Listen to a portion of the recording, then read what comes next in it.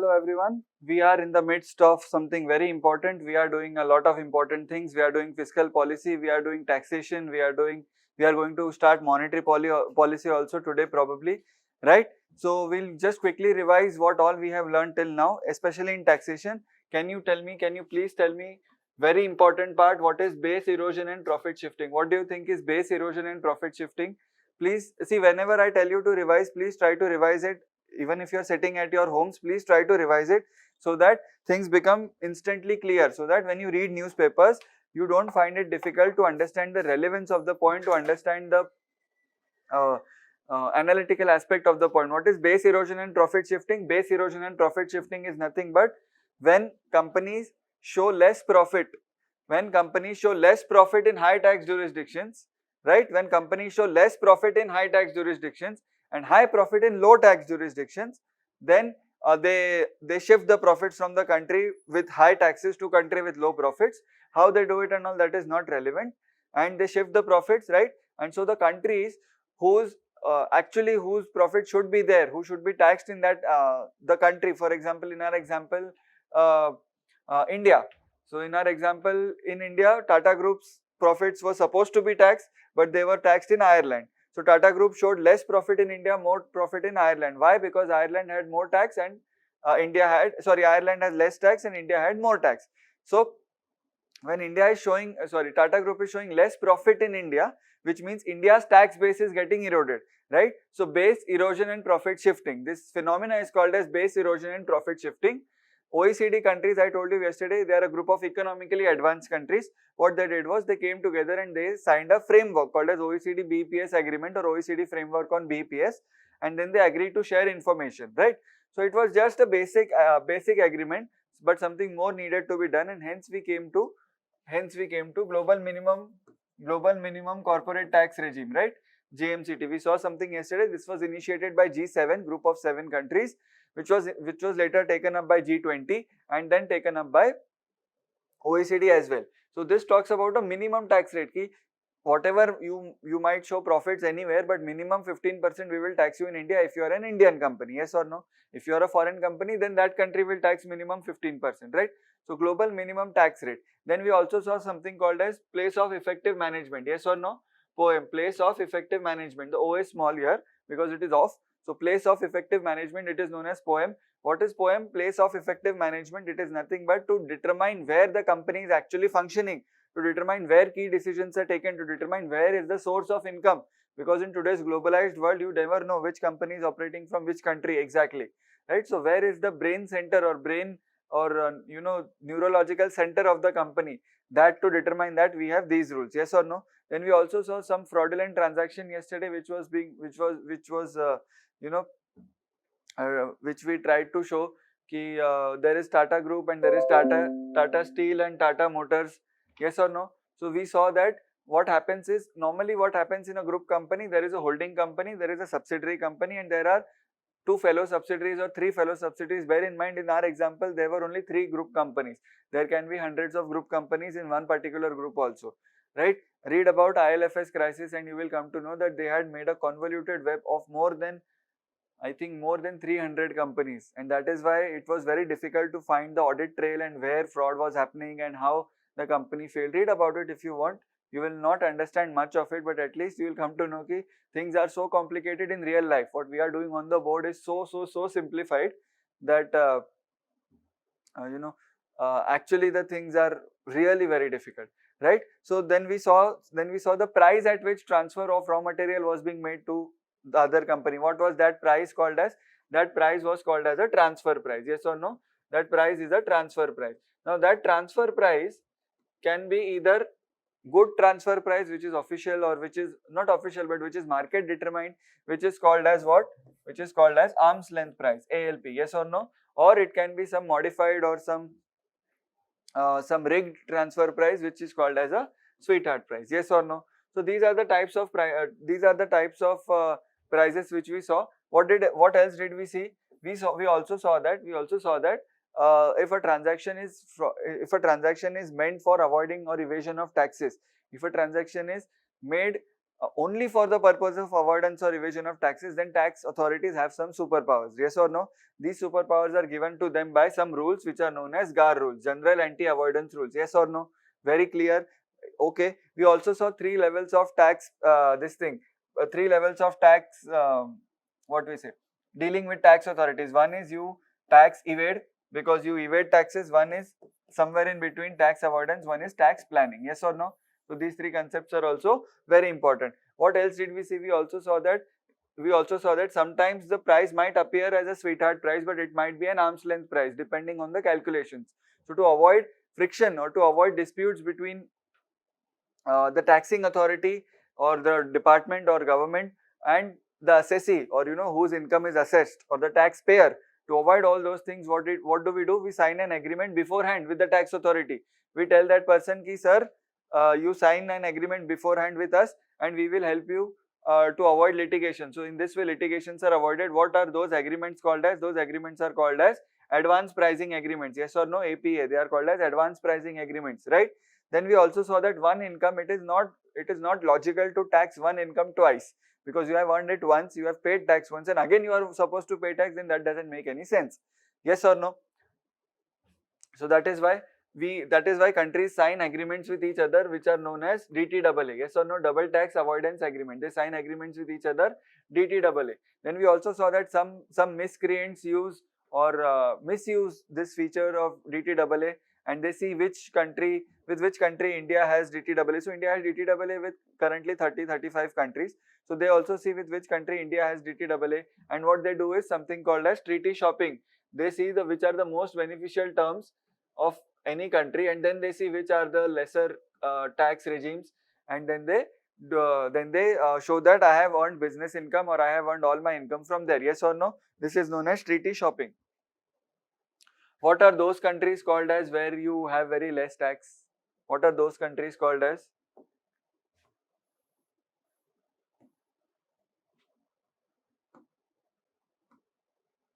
Those countries are called as tax havens. Those countries are called as tax havens. Yes or no? Those countries are called as tax havens. Why do they have less tax rates? They don't want development, or they don't want revenue receipts, or what? They have less tax because they don't have much companies. So to attract global companies, they say ki, sir, please invest in us, or please show your income here, pay tax at a very low rate here. But the thing which they get back is that they get tax of almost so many companies, so that it is more than sufficient for their development. See, you see those countries, very small countries, they are Mauritius, Panama, Cayman Islands, they're very small. They don't need much tax for their development. The only thing they need is lot of companies showing a lot of profits there. So whatever tax is collected at the lower rate is more than enough for them.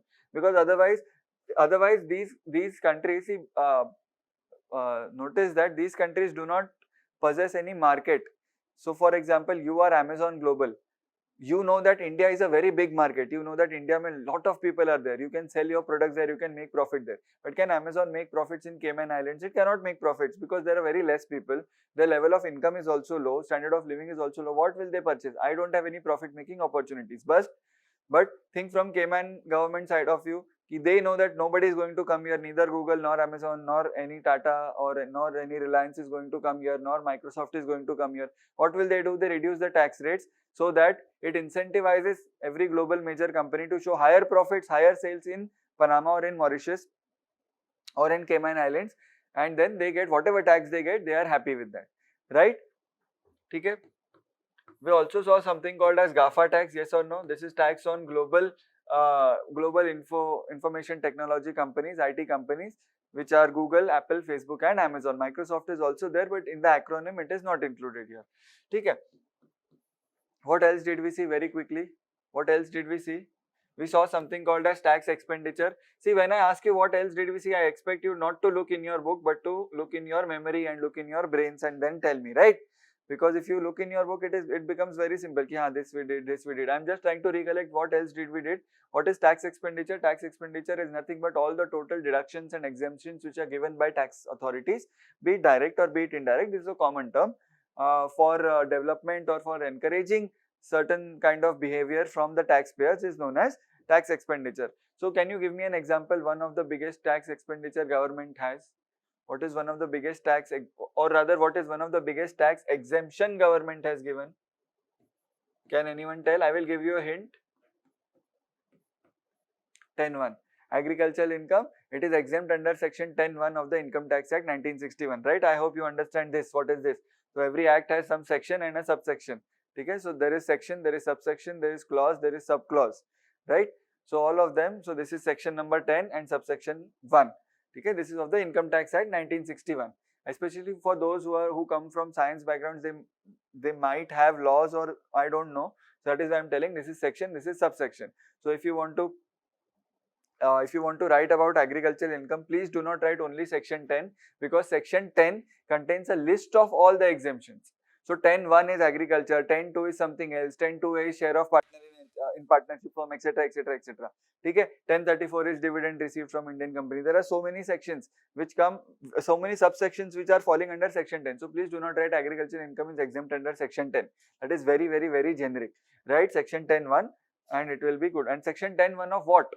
Section 10(1) of what? Uske aage bhi you have to write something. You have to write something after that. What do you need to write? Section 10(1) of Income Tax Act 1961. The full text has to be there in your answer. Then only it will make an impression on the examiner. Okay?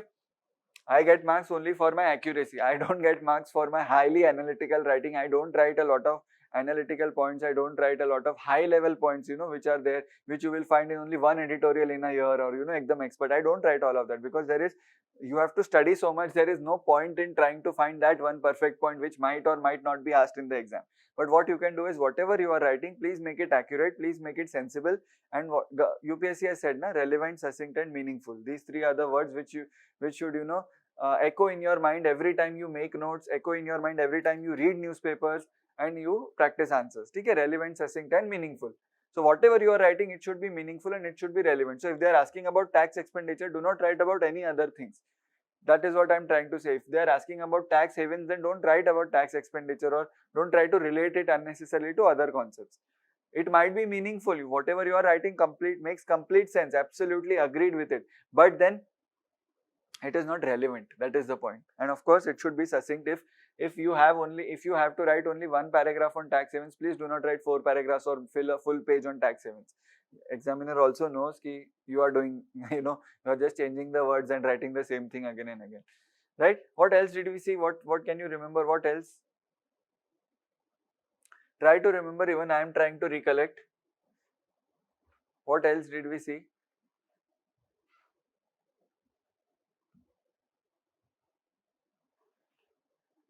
I will write this in color because this is the most important concepts which we saw yesterday. Yes or no?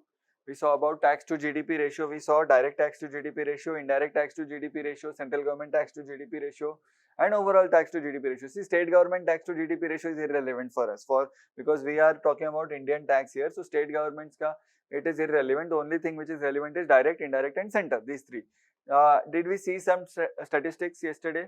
Total tax to GDP ratio was how much? Around 15-16%. So it keeps on changing. It is not fixed, but it is in the range. So even in the exam, if you write a range, if it is 16.6 recently and you have written 15 to 16%, it is fine. What you need to be accurate about is the section number. This you cannot mess up. 10(2) you cannot write. Sir, it is only one below 10(1). 10(2) is something completely different than 10(1). Okay. What is the share of direct and indirect taxes in a total tax composition? They are more or less equal, 5 to 5.5 to 6%. They keep on fluctuating. I told you what is better. Share of indirect taxes more is better, or share of direct taxes more is better? What do you think? Share of direct taxes more is better. Why direct tax more is better? Because indirect taxes are regressive in nature and direct taxes are progressive in nature. Yes or no? This is the key difference. Regressive means they put unnecessary burden on poor people who don't have the capacity. Progressive means jiska jitna capacity, according to that you have to pay tax. If you are earning a lot, you pay more tax. If you are earning less, you pay less tax. But this is not the case with regressive. You pay the same tax irrespective of the earning you have. Right? We took the example, you buy a mobile phone, GST on mobile phone 12%. Everyone has to pay 12% only, even if your income is 1000 rupees, even if your income is 1 lakh rupees. So it is a regressive tax. It puts more burden on those who have less capacity. Okay? We saw tax to GDP ratio. We also saw debt to GDP ratio. How much is the target set by NK Singh Review Committee for debt to GDP ratio? It is 60% total. 60% of debt total, center and state. उसमें से 40 center has to restrict itself to 40 of its GDP. State, all states combined together have to restrict their debt to GDP ratio to 20%. Yes or no? ठीक है, चलो. Then true or false, NK Singh Review Committee shifted the focus from deficit targeting to debt targeting. Yes, it did. Deficit targeting was already a part of FRBM Act. NK Singh Review Committee said ki see your pool also, right? See your total this thing. So it is like we are reducing our birth rate in India, or we are trying population control measures. But look at our total population; it is so big already. Even 1% increase is huge number of people. Getting it? So tax to GDP ratio. Then what else? What else did we see? Try to recollect. See, this is how you are training your mind to recollect in the exam. Imagine this is an exam and you have to write answers about whatever you have learnt in tax chapter. So what all points would you write? These are the points broadly we covered, but what else? I am sure we did something else also. We spent 4 hours in tax yesterday. What else do you think did we do?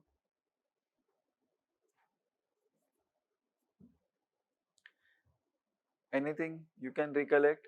We also saw something called as TDS, tax deducted at source. I also told you what is TDS. It is nothing but income tax only. It is just that it is deducted by the income payer rather than the income receiver. We saw about income tax return. We saw all of those things, which is fine. What else? What else?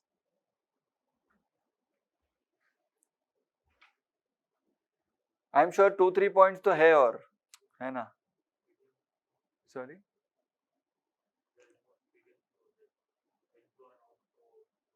Yes, yes, very good, very good. We also saw, did we see something called as round tripping? And I had written in pink, I think. Round tripping, did we saw something called as round tripping? It is nothing but sending your own money to some other country, getting it taxed there and then sending it as foreign investment here. So foreign investment, always remember, foreign investment in India gets preferential treatment because it is good money. It flows in dollars, it is huge amount of money. So we give it preference now.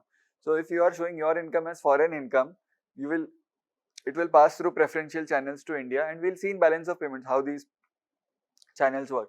And then it will not be taxed in India because it might be either covered in DTAA or it might be covered in your foreign income channels, etc. So that is called as round tripping, right? Then we also saw something to stop round tripping. We saw something called as Tobin tax, right? We also, this tax is also known as what is the generic name of this tax? This is a branded name, Tobin tax. What is the generic name of this tax? Financial transaction tax, yes or no? See, simple है financial transaction tax. So any transaction, financial inflow, outflow, you are taxed at both levels, at inflow also, at outflow also. Then we saw something called as tax on negative externalities, yes or no? Which is what? Pigovian tax.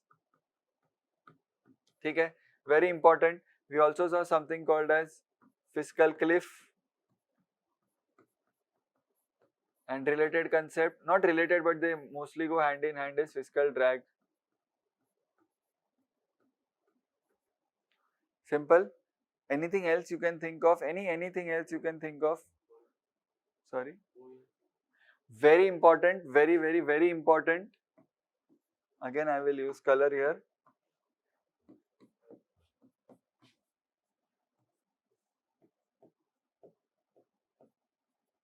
Tax buoyancy. Very important. Tax buoyancy.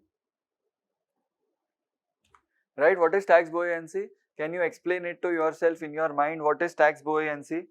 Tax buoyancy is nothing but the ratio of change in proportion or change in the percentage of tax, be it increase or decrease, more than in proportion of change in GDP. Yes or no? Right? That is known as tax buoyancy. Very important. Why do we have a low tax? Do we have a low tax to GDP ratio? Yes, we have a very low tax to GDP ratio. Our 16% is nothing compared to developed countries 30, 35, 40, 45%.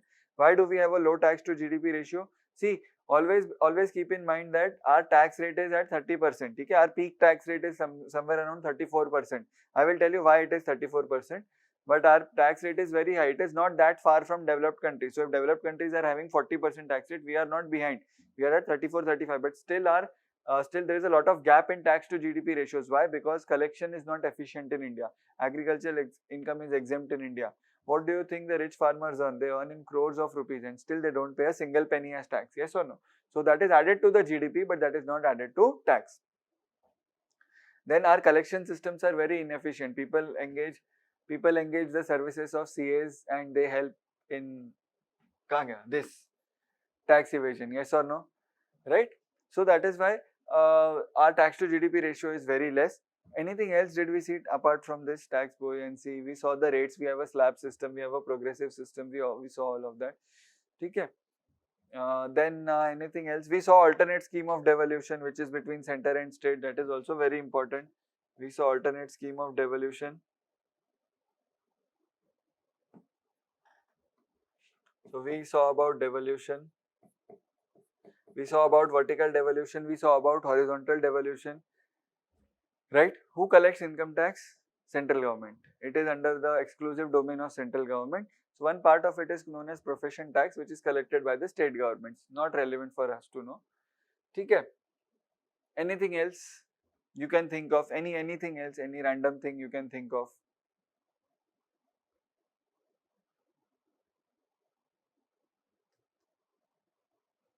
We are going to have one exclusive lecture, not now, but somewhere down the week. We are going to have one lecture exclusively for revising everything we have done from the start, right since scratch, right since GDP by GVM method and all of that, till your whatever chapter latest has been completed, maybe monetary policy or banking, right? We are going to have a detailed revision on all of those things, and that is when you realize that economics is actually manageable and it can be retained all in the mind. Okay. Coming back, what do you think? Tax to GDP ratio, devolution, tax buoyancy, these are the very important ones of it. So now we move ahead. There are a few more concepts in direct tax which I have to tell you. In direct tax only, we are now in income tax only, we are in direct tax. So I told you what an income tax return looks like. What does an income tax return look like? It is a return. We saw about capital gains also yesterday. This is the total, and is pe whatever is your slab system ke hisab se you put rates. Okay. Now tax rate is, let's say, 10%. It comes to 10% suppose. So this is not the final amount you pay to the government. What is the final amount? Government applies more things on it. Government applies something called as cess. C-E-S-S. So this says, so let's say tax rate, or your income is 1 lakh rupees, your tax at the rate 10% comes 10,000 rupees. So 10,000 you have to pay to the government. You calculate it and you tell government, I have to pay you 10,000 rupees. Government says, please stop. This is not the final amount. You have to pay 4% more of this. Okay, you have to pay 4% more of this. So 400 rupees you have to pay more of this. Okay, so you say ki why, but government says, I will tell you, wait. So you are ready to pay 10,400, yes or no? Iske upar bhi there is something known as surcharge.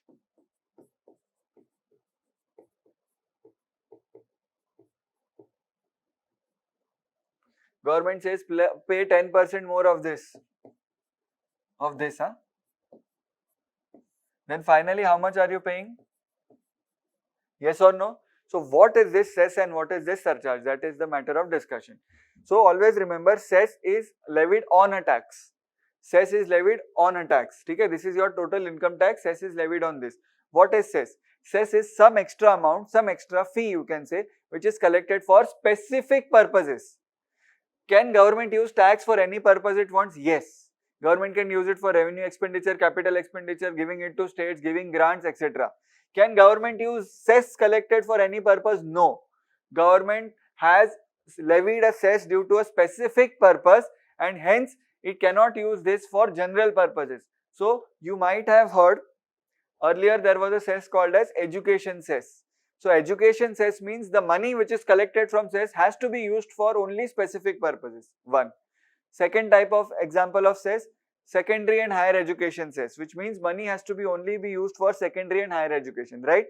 We have something called as agriculture and infrastructure development cess, which means what? It will be only used for developing infrastructure in agriculture sector. Yes or no? So always remember this thing, cess is always levied on a tax. It is not levied in isolation to your income. It has no relation to your income directly. Indirectly, it has a relation because your tax is derived from your income and then cess is levied on tax. But cess is always levied on a tax, and cess is used for specific purposes mentioned, but not in this thing, not for general purposes. So that is cess.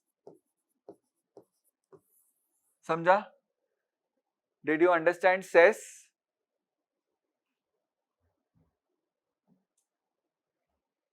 Next, I'll also show you a photo of income tax return. How does it actually look like? What is a simple income tax return? Now coming to surcharge. What is surcharge? What do you think the English term surcharge means? What comes to your mind when you think about surcharge? क्या होता है? What do you think? What do you think is surcharge? So surcharge is nothing but a penalty, an extra tax. Sir, this is already a tax. This is an extra tax. What do we mean by that is, this is only applicable for super rich people. So for those who are super rich, we penalize them extra. कि अरे बहुत उड़ रहे हो. We have a lot of inequality in India, so we penalize them. Again, we penalize them because we have to bridge the inequality. We have to redistribute things. So tomorrow, if industrialists are earning a lot of money, we can take more money from them. So this is nothing but an extension of your tax. Extra tax, you can say, is surcharge, only levied on super rich people. Sir, what do we mean by super rich? So surcharge, I will tell you, for those who earn an annual income of 50 lakhs or more, 1 crore or more, 2 crores or more annually, they have to pay a little bit of surcharge, 5%, 10% over and above this normal tax rate. Got it? Can surcharge be used for general purpose, or surcharge is used only for specific purpose? Surcharge can be used for general purpose, because I told you it is an extension of tax only. This is an extra tax which is collected. So this is penal in nature, basically penalizing kar rahe ki are you are earning so much. But this has to be used for specific purpose only. Yes or no? Right?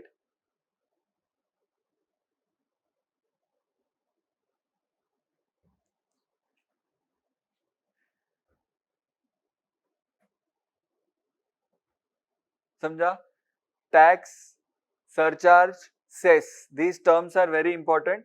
Now, going back to what we learnt about the funds of India, Consolidated Fund of India, Public Account of India, and Contingency Fund of India. Remember, where do you think tax collections go? Where do you think all these collections go? These all go to Consolidated Fund of India except one, cess. See, because Consolidated Fund of India, I told you, it is the biggest fund which we have. It requires authorization of Parliament on a yearly level. Yes or no? Cess is collected for specific purpose, so you cannot use it for any other purpose. So you don't need authorization. To levy a cess, you need authorization, because budget is passed after getting authorization from Parliament, right? So cess is in the Public Account of India, the second account. Remember, Consolidated Fund of India, Public Account of India, Contingency. Cess is in the Public Account of India. Why cess is in Public Account of India? Because you don't need this thing, you don't need authorization for that. It is only meant for a specific purpose. It is not a general purpose. Now, you know what, to be very honest, technically there are some cesses, this is a bit technical, there are some cesses which go in Consolidated Fund of India and some go in Public Account of India, but overall you can say it goes in Public Account of India generally. I told you yesterday only, na, economics is not science ki 1 + 1 = 2. It is always something here, something there. Okay? Now coming back to some very important topic which I want to tell you. This was in controversy in 2018. 2018-19 this was a lot of it was in controversy. So that is why you should be aware of this, what we are talking about. You should know the concept, you should not know the details. Okay, I am telling you before and only, you should know the concept but not the details. Simple. Chalo, we have a company, let's say Reliance India Limited. Okay, we have a company, Reliance India Limited. It is involved heavily in let's say oil. So oil extraction and oil petroleum refinery and all of that it operates. Okay, very good. Now normal, what is the normal process? It will file its income tax return, yes or no? It will show its income under various heads. It will show total income मेरा इतना है plus tax, ठीक है, plus cess and surcharge, and this is the final amount of tax payable. Yes or no? Is this normal process? Yes. Now you should know this thing that I told you that income tax is a tax on profits and not on revenue or sales. Yes or no? So how do you compute profits? That is a question. The question is, how do you calculate those profits? So if I ask you to tell me how much did you earn in last year, how much did you earn, what will you give me? You will give me bank statements, you will give me some other calculations where you have received money from someone else, yes or no? All these are the calculations, right? Similarly, when income tax department asks Reliance ki how did you calculate income, what will Reliance say normally? Ki this is my books of accounts, these are my accounting records, you can check through them, this is my profit, I have calculated it. Income Tax Act says this is not done, nahi chalega, this will not be done. Always remember two things, whenever we enter in the world of accounting, whenever we enter in the world of financial accounting, okay, there are laws for it, okay. Similarly, you know, doctors also have to follow certain procedures, they cannot do anything randomly. So if anesthesia is given, after how much time they have to do this, how much time they have to give this medicine, what is the duration, they are all written codes and procedures, right? Similarly, for accounting also there are laws, accounting also there are rules which you cannot break. So you cannot record anything as revenue expenditure and get away with it. You have to actually test it. There are tests whether it falls under revenue or capital, right? So these, the accounting books or the books of accounts or the financial records of any company, small, medium, big, multinational, any company, are maintained as per, don't write this down, just see the concept, I will tell you what to write, are maintained as per accounting standards, okay. The name itself is self-explanatory, accounting standards. They are standards which you have to follow. Standards are nothing but codified rules, written rules which you have to follow while accounting. Why do we need these standards? Because discretion is then removed. So if let's say I feel this is a capital expenditure, I will write it as capital expenditure. Someone else feel it is revenue, he will write, right? So this does not make accounting easy. This actually makes it very difficult to compare accounts, my accounts with my last year's accounts, my accounts with other companies' accounts, yes or no? That is why these are accounting standards. They standardize accounting. They standardize the accounting. So Reliance will say ki sir, I have calculated my profit as per accounting standards, which is very good. Okay? There is accounting standards and there is one more law which is called as Companies Act. Have you heard of it? Companies Act. Companies Act 2013. So Companies Act is a law. It is an act which governs the birth of companies till the death of companies. So not even birth, like I told you, pre-birth also is covered. So whenever the owners of or the founders of any company, when they are pregnant with the idea of the company, ki ha, we can open this company or we can open this startup, since that point of time till the company is dissolved, finished, extinguished, over, everyone has been paid off, the entire journey of a company, which will last for 100, 200, 300 years also, which can last for a few months also, that is entirely covered in Companies Act 2013. It has some 395 sections and 7 schedules approximately. Okay? So Companies Act also has a section on accounting. So every company has to follow accounting standards and has to follow Companies Act. So far so good, they have to follow these standards and these acts for maintaining their accounts. Income Tax Department says not allowed. Income Tax, Reliance says ki sir, I have followed everything, I have calculated my profits according to this. Income Tax Department says not allowed. Income Tax Department says you have to account for profits, you have to account for your or make your transactions or record your transactions as per Income Tax Act 1961. Oh, not Companies Act and not accounting standards. Sir, ये तो nonsense है. Somewhere you say कि accounting standards and Companies Act have to be followed, and now Income Tax Department is saying no, Income Tax Act has to be followed, right? This is issued by Institute of Chartered Accountants of India. Okay? CA Institute. It is a statutory institute which governs all CAs. For example, IMA, Indian Medical Association, governs all doctors in India. Similarly, ICI, Institute of Chartered Accountants of India, they give accounting standards. Companies Act is obviously passed by the Parliament, okay? Because it is an act, it is a statute, so it is passed by the Parliament, Lok Sabha, Rajya Sabha, President's assent. And Income Tax Act is obviously passed again by the Parliament because it is an act, okay? So, what happens when this and this are not in agreement and this is not in agreement? That is the question. What I am trying to say is, you wrote expenditure on buying 5 chairs as revenue expenditure based on accounting standards. Sir, how can we write revenue expenditure? Chairs give benefit over a long period of time. but Reliance is earning in thousands of crores of rupees. For that, buying shares is a recurring expenditure. Buying shares is very small expenditure. Yes or no? Tomorrow it will buy a new office. It will require 10,000 shares. So for that it is very routine. So Accounting Standards and Companies Act might say it is a revenue expenditure. Income Tax Act will say it is not a revenue expenditure, it is a capital expenditure. There is possibility that these two will have differing treatments in accounts. Are you getting it? Same goes with amount. Accounting standard says that you have to calculate amount in XYZ manner. So you add this, and total cost of chair comes to 200 rupees per chair. Income tax says you should not add that part, you should not add the transport part, the delivery charges part of the chair. So total cost of chair only comes to 190 rupees, not 200 rupees. So there can be a difference between these. Okay? That is why again CAs come into practice. We help them resolve these things. Okay? I am doing my self-advertising of my profession. ICI would be very proud. But I think in the past lectures I have not done good advertisement. I have told that they help in tax evasion, they help in tax avoidance. ICI would not be very proud. I don't think so. Okay?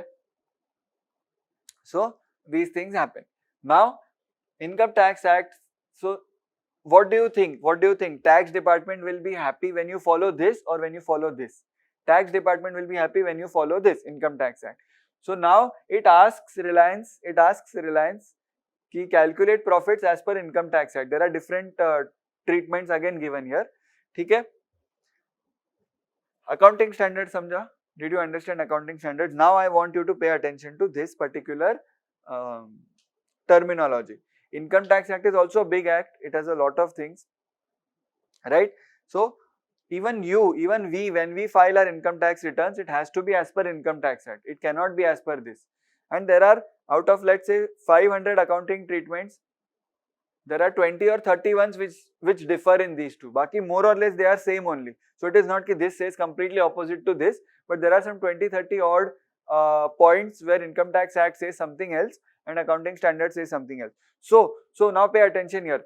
Only for the purpose of filing tax returns, you have to follow this.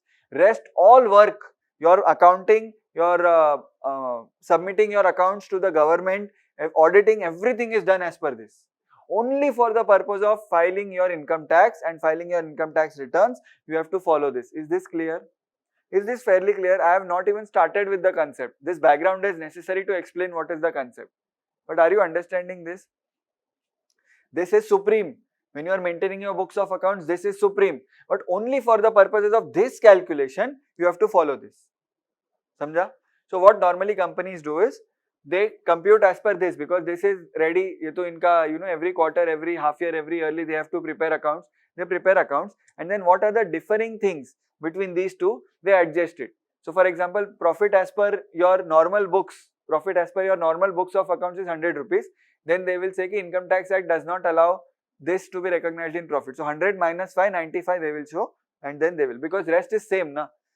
I told you only 20-30 points out of 400-500 points differ. Rest everything is same. So 80-85% is same. Okay. Now in Income Tax Act there is a particular section which says that you have to account your profits or you have to calculate your profits for the purpose of paying income tax. See, iska jurisdiction is not beyond income tax. It is done. Rest everything else, biggest jurisdiction is of Accounting Standards and Companies Act. Secretly I am telling you these two also have differing treatments, but what to do when, that is not our concern. Okay? Income Tax Act. Now Income Tax Act has a section. This I want you to write, this I want you to remember. Income Tax Act has a section called ICDS. This is very crucial to know. This is a bit specialized. This is not general studies anymore, but if you mention ICDS in any form, or simple question might come. ICDS is seen in the news in context of what? So have you seen previous year's prelims papers? No, you have not seen. When we complete monetary policy, we are going to go through previous year's question papers, prelims, and then you are only going to tell me the answers, and I assure you more than 80% of the questions you are going to get it right. Guarantee. Unless you have not seen my lectures, then there is no guarantee. Okay? So what are ICDS? See the name.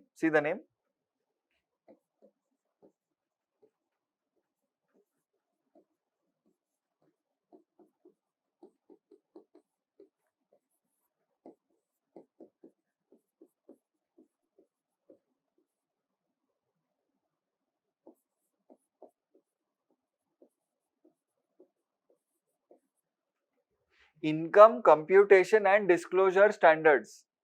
Does the name make some sense? How to compute your income and how to disclose it to income tax authority. So it is nothing but one part of Income Tax Act which says how you have to calculate this. This cannot be calculated as per books of accounts, yes or no? Your normal books of accounts have to be maintained as per this, there is no doubt about it. Only for the purpose of income tax, there is a special uska requirement, special requirement hai. So you have to compute as per ICDS. So now I would not say ki income computed as per Income Tax Act, but income computed as per ICDS, Income Computation Disclosure Standard. See, imagine you are selling tea.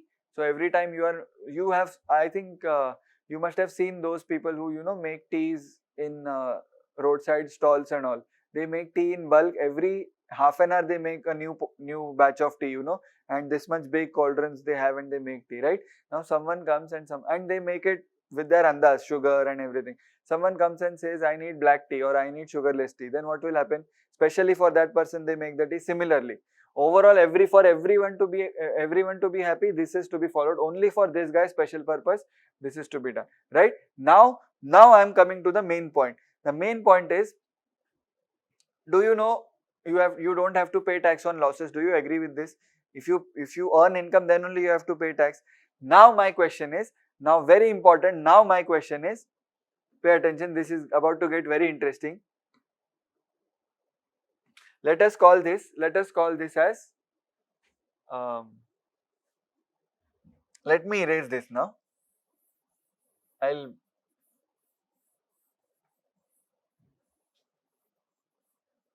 Right?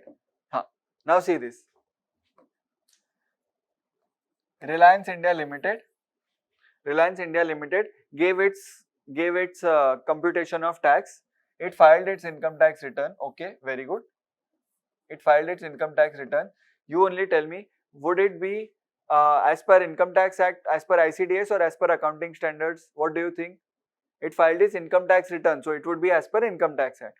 As per tax, it is having a loss of minus 1 lakh rupees. As per Income Tax Act, it is having a loss of 1 lakh rupees. As per Income Tax Act, do you think Income Tax Department will ask Reliance to pay taxes? Yes or no? No. No tax. I think you can guess where I am going with this. So this is as per Income Tax Act. Okay, as per ICDS, as per Income Tax Act, you have no tax. Just out of curiosity, when that income tax officer was roaming the offices of Reliance India, he saw accounts prepared as per these things. He just saw the accounts. He saw a profit of 5 lakhs. As per accounts, he saw a profit of 5 lakhs. Now comes twist, kahani mein twist, hai na? He na ho pai. He says ki, sir, what are you doing, sir? You are not paying tax. And here as per account, so I would call this as tax profits. In this case it is loss. Tax profits. But in this case it is loss because we are negative here. And I would call this as book profits. Okay, book profits. What is the meaning of book profits? Your books of accounts ka profits, and those books of accounts are maintained as per Accounting Standards and Companies Act. So he feels very jealous now, sir. You know, when our friends say ki they are too sick or too busy to come and meet you, and then you realize they are online and they are doing their own thing. Ye waisa ho gaya. Reliance is telling Income Tax Department, sir, I am earning losses, I cannot pay tax, but in your own books of accounts which are calculated as per Accounting Standards and Companies Act, you are showing 5 lakh as profit. Now what? What do you think? What is the solution to this? See, I am not saying they have breached any of this. In income tax profits, everything is followed.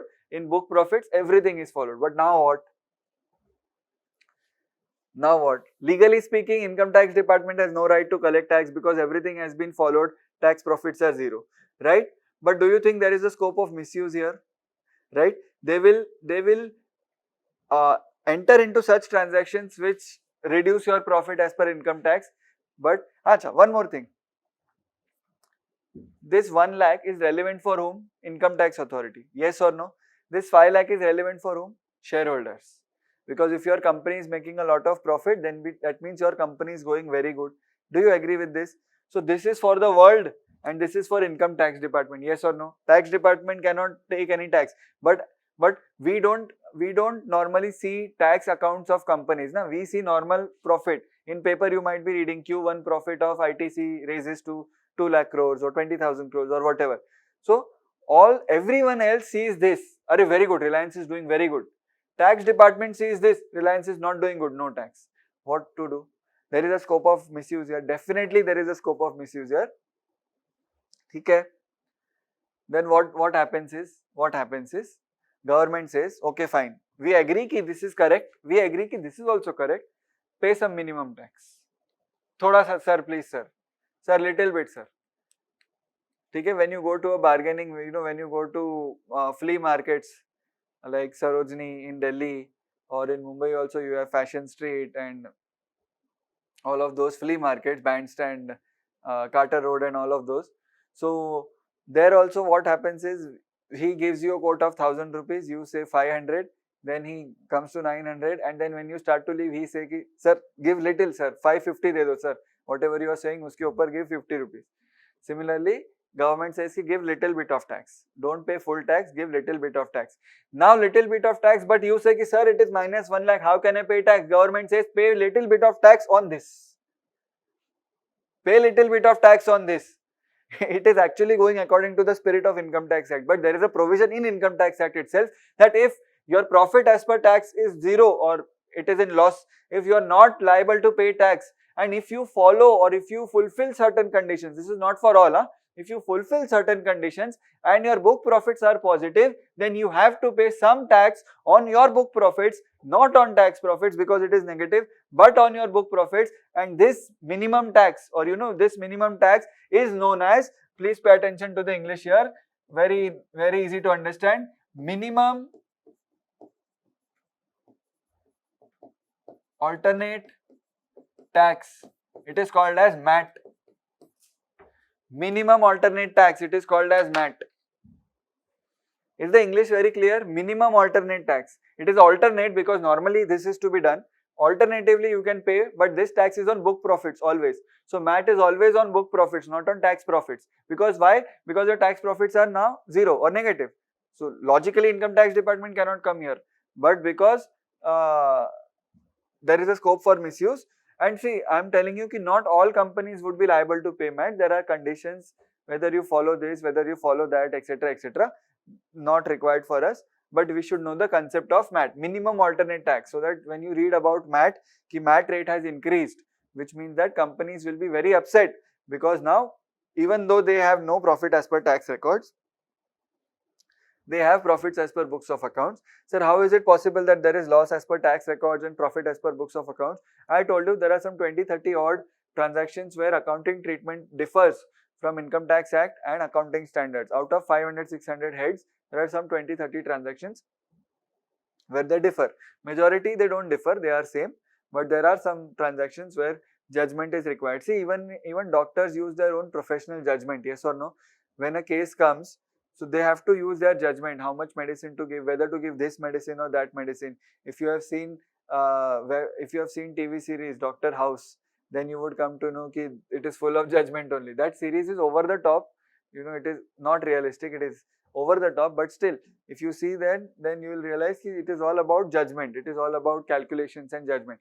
Similarly, in accounting also, VCAs use a lot of judgment, whether this will fall under depreciation or this will not fall under depreciation, whether this should be accounted in the current year or this should be deferred or postponed to the next year, whether this should be a part of our revenue expenditure or a part of our capital expenditure, whether we should recognize this in our books of accounts or whether we should not recognize this in our books of accounts. Okay? So all of that we also have to follow certain rules and conditions, but at the same time we also have to exercise a lot of professional judgment, and that is when scams happen. Professional judgment ke naam pe medical malpractice also happens in the similar manner, right? See, the process of doctors and CAs are same. The only thing is ki mistakes of CAs can be rectified, mistakes of doctors cannot be rectified. That is the only difference, and that is why CAs are here and doctors are here. Yeah, in terms of their professional this thing, doctors are at the very top, CAs are at the very bottom. But the thing is, the process is more or less same. So when doctors treat a patient, they use some treatment. We also treat financial books of accounts. We treat the financial health of a person, and doctors treat the actual physiological health of a person, right? But the difference is we can reverse our mistakes. Doctors cannot reverse their mistakes. My cousin's sister is a doctor actually. She is very close to me. Like I don't have any siblings, so she is like my real sister only. She stays close by also. So and there is not much age gap between us. She is just 2.5 years elder to me. So we are very like good friends and all. So I always tease her, you know, you cannot make a mistake. I can make 100 mistakes in my career. You cannot make mistakes in your career. Because she is a doctor, and during COVID time I have seen how difficult it is for doctors. So any one of you who know any doctors or nurses or any staff, or in your family there might be some people, then please give them my salute and my wishes, because I have seen nothing. I had never seen anything like this before. The way they are working now, even now they are working a lot, especially in Maharashtra. The cases are just flowing in. See the cases we read in newspaper ki Maharashtra registers the lowest case, but compare unka lowest case to other states lowest case. We are now also we are getting 9,000, 10,000 cases on a daily basis, and for Delhi it is one of the medium cases, medium load. So Delhi mein if you have, let's say, less than 1,000 cases, then it classifies as low. In Maharashtra it is less than 10,000, then it classifies as low because of the scale. Okay, so doctors are also now also they are working very hard day and night. Okay, minimum alternate tax is done. Now did we speak about company or did we speak about non-companies? We spoke about companies. What are non-companies, sir? I told you yesterday, cooperative societies, universities, other local institutions, hospitals, universities, so any other so this is very funny. Huh? If we are talking about this in case of company, it is known as minimum alternate tax. If we are talking about this in case of non-company, same thing, it is called as alternate minimum tax. Sir, क्या sense है इस बात का? What is the sense in this? Don't ask me. ठीक है, कोई sense है? There is no sense in this. But the processes are different. The procedures are different. That is why they had to categorize it as a separate thing. So when we speak about companies, it is minimum alternate tax MAT. When we speak about this thing, क्या बोलते हैं? Non-companies, we speak about alternate minimum tax. ठीक है, it is a simple thing. Now the funny thing is, even this book profit 5 lakhs. This also Income Tax Act says that we will not accept it as it is. This may be make some changes. So that is something very funny. But did you understand MAT and AMT? Now how to increase tax to GDP ratio? We know that we can increase our tax base or widen our tax base or widen our tax net. Yes or no? That is one part of it. Secondly, what we can do is, I told you we can increase the efficiency of tax collection. Did I tell you this yesterday? We can increase efficiency of tax collection. How to do it? How to do it? Just I'll give you an example. Suppose I am evading taxes for a long time. For 2-3 years I have not paid any taxes. I am evading taxes. I know that if government comes to know, they will levy a lot of penalty on me. Yes or no? They will levy 50%, 75% penalty. So tax I have to pay only, but for hiding tax I have to pay penalty also. So there are hundreds of people like me, thousands of people like me who are hiding taxes. What government normally usually does is, it runs something called as, see the word,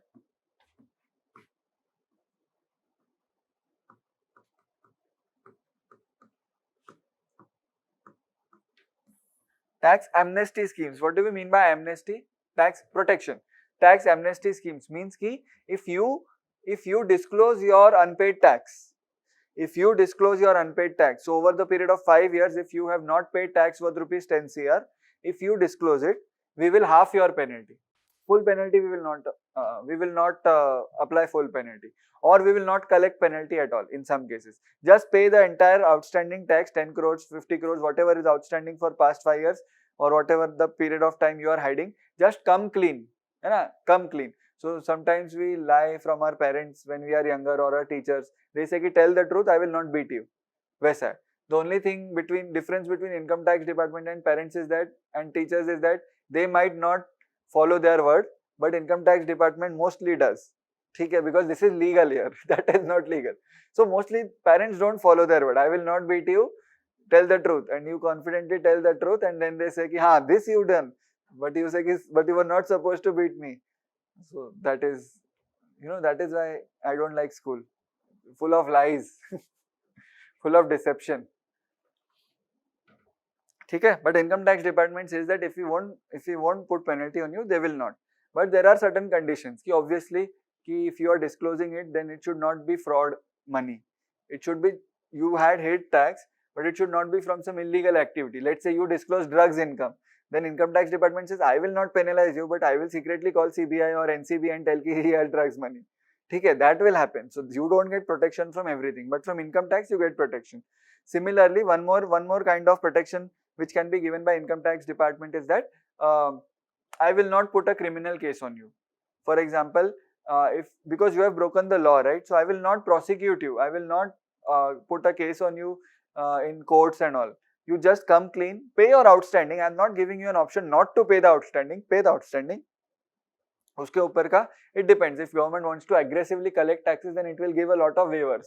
It will say no penalty, no matter what. ठीक है? But if it might also say half penalty. ठीक है? So this is there are various schemes which are run. So this started after new government came. Even earlier government had run a few schemes. So let's say the schemes are known by different names and they run for a very short period of time. Always keep this in mind. They run for a short period of time. So it is like sale offer. 2 week sale offer. If you want to take the benefit, take. Otherwise, so they also say कि if we find out after this that you did not disclose, for example, 2 weeks government is running an amnesty scheme and you did not disclose it.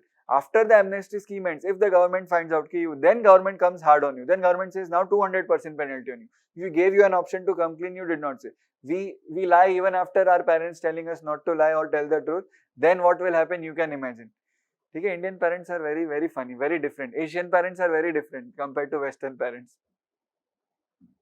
Okay, Asian parents are not happy even with 95% marks. They say 96 kyun nahi aaya. See, if you are first in class, then it is fine at 95. If you are second in class, then even 99 is not fine. Why that person got 99.95% marks? How did you not get? This used to happen with me a lot. I will be very honest with you.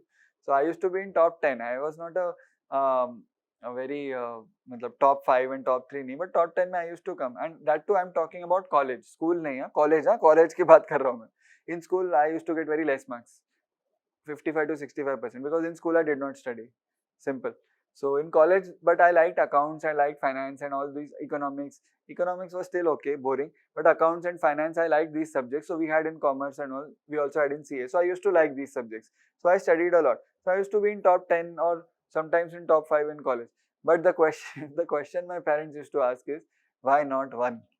I also have a life. I also want to play. You know what? I used to play. Do you know there is a computer game called as Counter-Strike? Okay? So now it is CSGO, but earlier it was Counter-Strike 1.6, the original version of the game. So I have played on an India level in Counter-Strike 1.6. I also used to play for college football team, school football and college football team in my college days. So due to all this, I would say कि it is a big thing that I'm coming in top 10 because I have other things also to do. And then CA happened and then everything stopped. Then my football stopped, then my Counter-Strike stopped. Then because CA requires complete dedication and complete life, I used to sleep for 4 or 5 hours. But see, I'll tell you my daily schedule. I used to wake up at 4:30, 4:45 every single day. Why?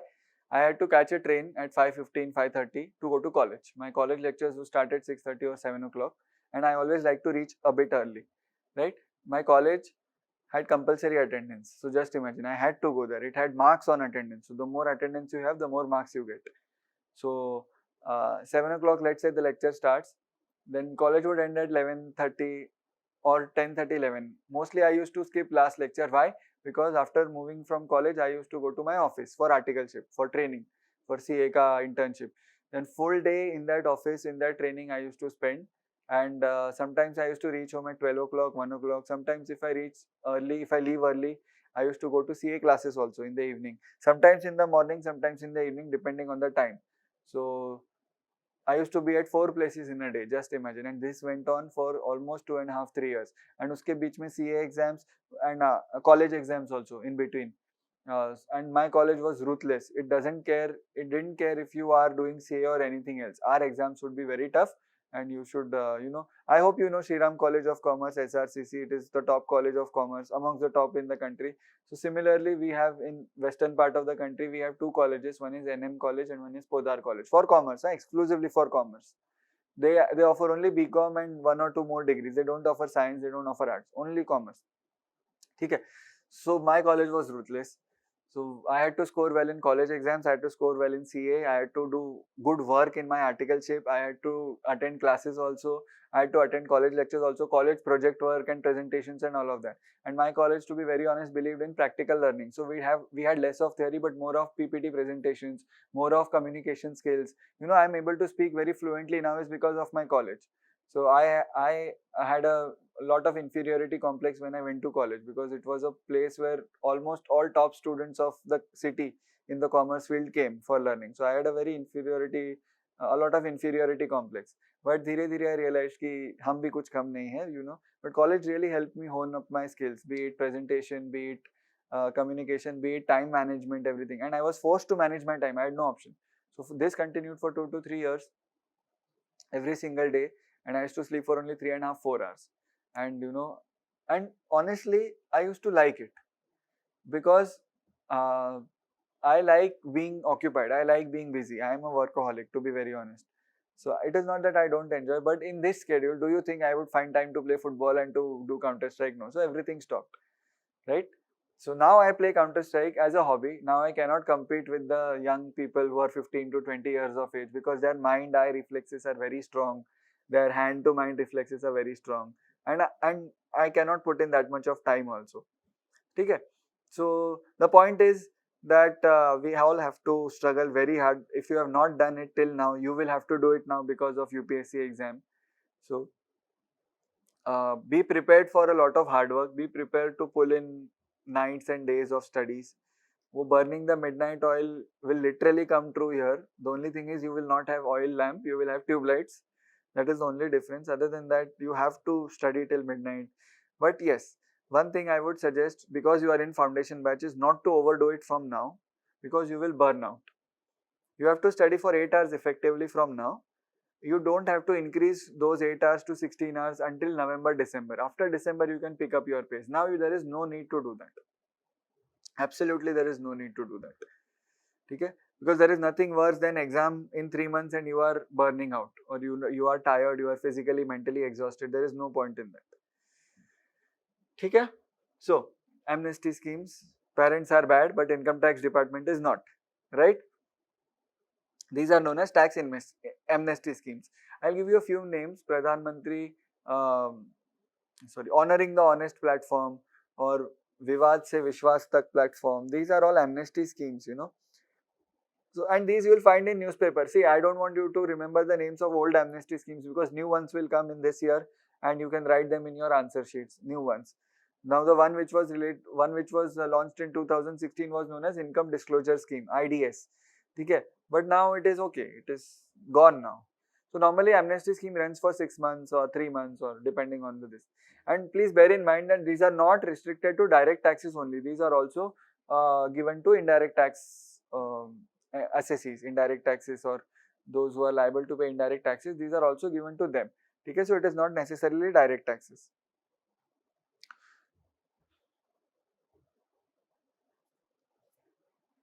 Okay. So one of the method of increasing efficiency of tax collection is amnesty schemes. Agreed? What are we trying to do? We are trying to achieve more tax to GDP. We are trying to boost our tax to GDP ratio, right? Second thing what we can do is, I'll tell you the process, how it happens. Once you file an income tax return, it goes in the system, right? Please pay attention, this is very important. Once you file your income tax return, now everything is digital. Now nothing is physical. So you have to file your income tax return online. When you file your income tax return online, it goes from your PC to income tax department server. Yes or no? Income tax department software, they have an automatic software which is maintained by TCS and PwC together. So I had worked on that software some years back when I was in PwC.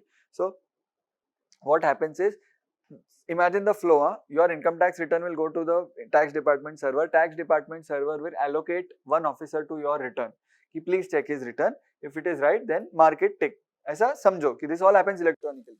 So that tax officer, let's say in tax office there are hundreds of tax officers who are working, be it IRS officers, be it senior officers, junior officers, depending on the assessee. If you are a very high net worth individual, your return will go to someone senior, yes or no, right? So you are a tax officer, you are playing solitaire on your PC, and suddenly income tax department ka notification comes ki one new assessee has filed an income tax return, please check. You accept it. You get your entire income tax return information, yes or no, right? You get information ki what is the name, what is the address, how much income has he earned, how much tax has he calculated. You check ki whether, if you have any doubt, you can call up that person, you can ask ki sir, can you please provide me documents? You have said that you have a lottery income of 2 lakhs. I want to see the proof if it is that it is indeed 2 lakhs and not 5 lakhs. है ना? Because if you have earned 5 lakh rupees and showing 2 lakh rupees, which means you are not paying your taxes properly. So that income tax officer can call you and can ask for supporting documents. ठीक है? You provide your supporting documents. He says okay, case closed. You provide supporting documents. He said not okay. Then you go for litigation. You go in court cases and all of that. That thing happens, right? Now imagine you are a celebrity. Imagine you are a movie star, a celebrity earning in crores of rupees. Your income tax return goes to someone who is corrupt. What will you do? Arey, I have got Shah Rukh Khan's income tax return. Let me blackmail him. How will you blackmail him? You will say that, sir, as per the income tax return, see, always keep this in mind that if you overpay your tax due to any reason, you can claim refund from income tax department. Okay, if you, let's say, you thought that you will earn 6 lakh rupees in a year, but your employer cut tax as per 6 lakh rupees, but you left your job after 3 months. So that entire tax cut was there, which was not supposed to happen. That has gone to the government now. So you can claim that refund later on. So let's say Shah Rukh Khan is claiming a refund of 2 crore rupees because of excess tax. It can be anything. It can be error in computation. It can be excess tax payment. It can be income not realized. It can be anything. That government officer says to Shah Rukh Khan CA that if you don't pay me 50 lakh rupees, I will not transfer this 2 crore refund. I will not process this 2 crore refund. Okay? And this all happens under the table. Na? This does not happen openly. Do you see where I am going with this? So imagine, what used to happen is income tax departments, the officers were divided regionally. So there was a western region, central region, eastern region, northern region, southern region of India. So all those, and then there were regional offices within the region also. So all of those who are filing returns from Mumbai Thane region will go to Mumbai regional office.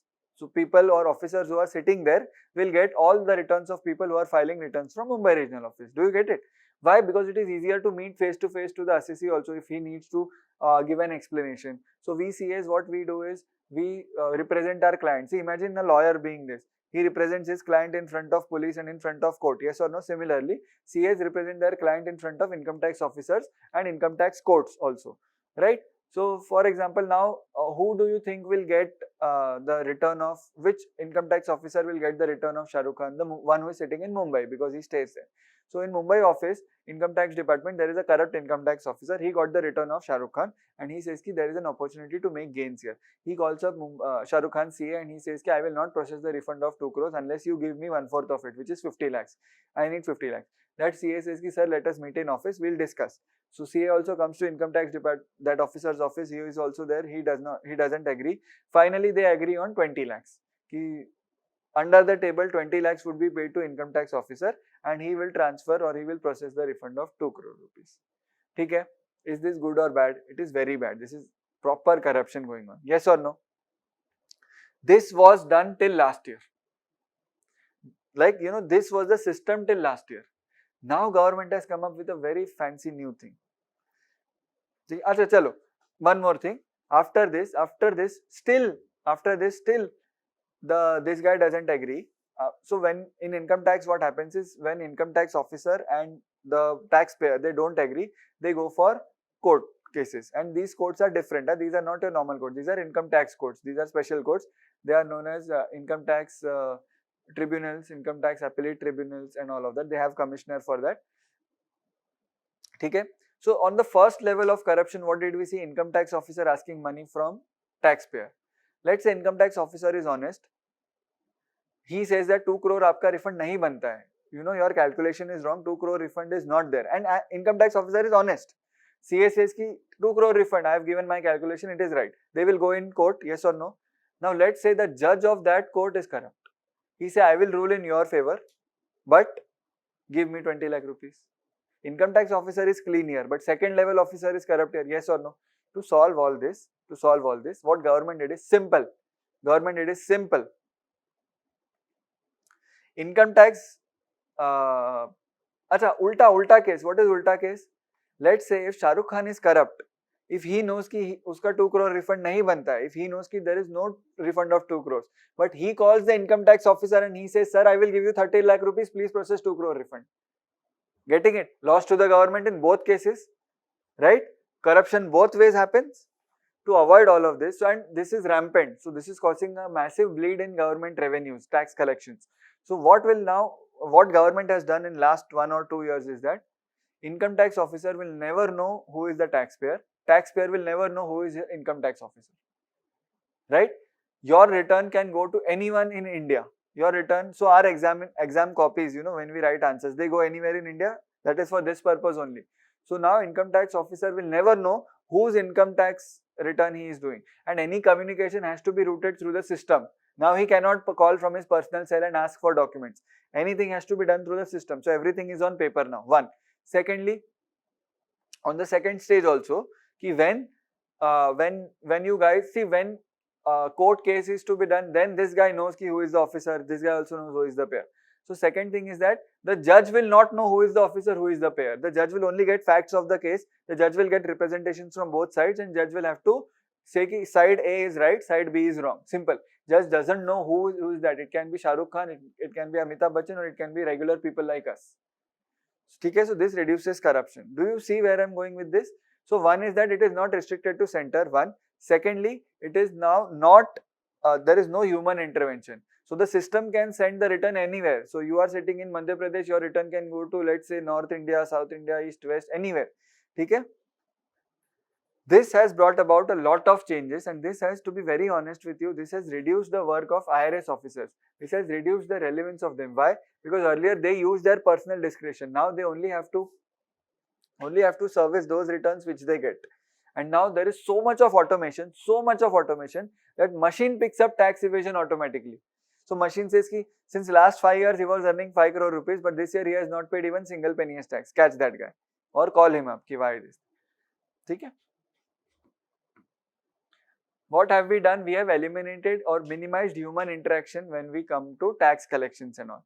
This is known as, see the English?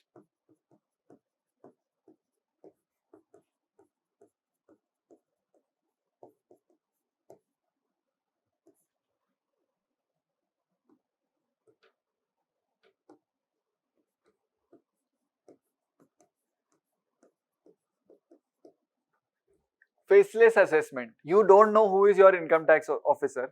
He doesn't know whose income tax return he is checking.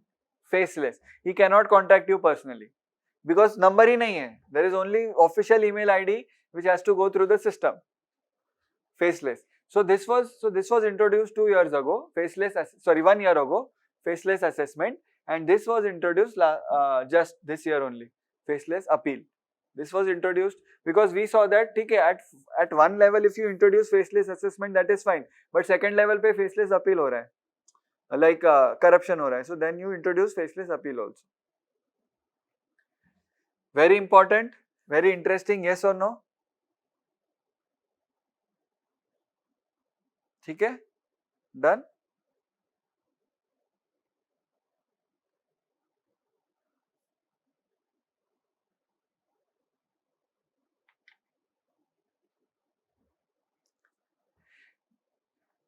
Right? We started with taxation, we started with direct taxation where incidence and burden cannot be shifted, they are on the same person. Incidence can never be shifted in any case, burden can be shifted in the case of indirect taxation but not direct taxation. So now we come to indirect taxation. Now we are transitioning into indirect taxation. Let me give you a brief introduction on indirect taxation. We are through with direct taxation. You know more than what is required for UPSC exam. We have covered everything in direct taxation. Now we come to indirect taxation. Indirect taxation, What is the defining characteristic of indirect taxation? That burden and incidence can be shifted, incidence cannot be shifted, burden can be shifted to other person. Yes or no? What is indirect taxation? Indirect taxation, why it is called as indirect tax? Because directly you are not paying to the government, but indirectly you are paying to the government. Through McDonald's you are paying to the government. It is collecting tax from you only indirectly. Yes or no? That is why it is called as indirect taxation. Very good. Now indirect taxation, always remember, indirect taxation is a tax on activity. Indirect taxation, be it production, be it sale, be it provision of services, indirect tax is always a tax on any activity. Okay? Now what are the examples of indirect tax? We come to indirect taxation now. What are the examples of indirect tax? What do you think are the examples of indirect tax?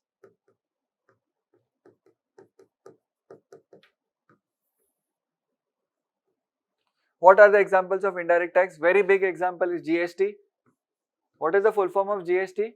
Goods and services tax. So any goods you sell or any services you provide, you have to apply GST. Then remember in the previous lectures we had talked about this excise also, right? Then do you know about VAT? What is VAT? VAT is value added tax.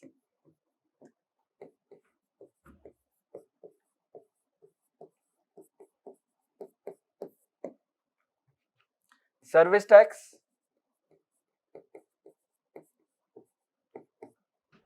sales tax,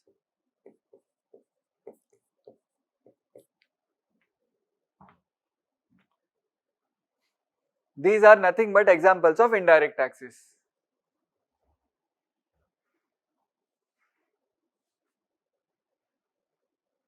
I have not even told you yet who collects what tax. State government, central government, who collects what tax. These are the types of taxes which normally come under indirect taxes. Then there is some tax called as entertainment tax also. So when you buy movie tickets, you have to pay a little bit tax on that also. That is known as entertainment tax, right? Because that is considered a luxury. So that is why more tax is collected from you. Entertainment tax. Okay? Now see the logic behind indirect tax. The logic behind indirect tax is that you are producing something, you are selling something, but again it is not for free. It is at the cost of environment, it is at the cost of poor people. You are purchasing a land and all of that. It is at the cost of resources of the government. So hence anything you do, we will collect tax from you. This is another form of tax only. This is another way of bolstering your revenue receipts, which ultimately reduce your fiscal deficit. And we know the chain, how it goes. Yes or no? Fiscal deficit come hoga, debt will also reduce, and all of those things. Okay? Now let us speak about service tax first. What do you think is service tax? Is a tax on services. Yes or no? So any service you avail, you have to pay a tax. Who are you? You are customer. Who you have to pay? To the service provider. But is service provider going to put that money in his own pocket? No, he is going to give it to the government. So the flow is that this is government, this is service provider, this is service receiver. You are the receiver of services.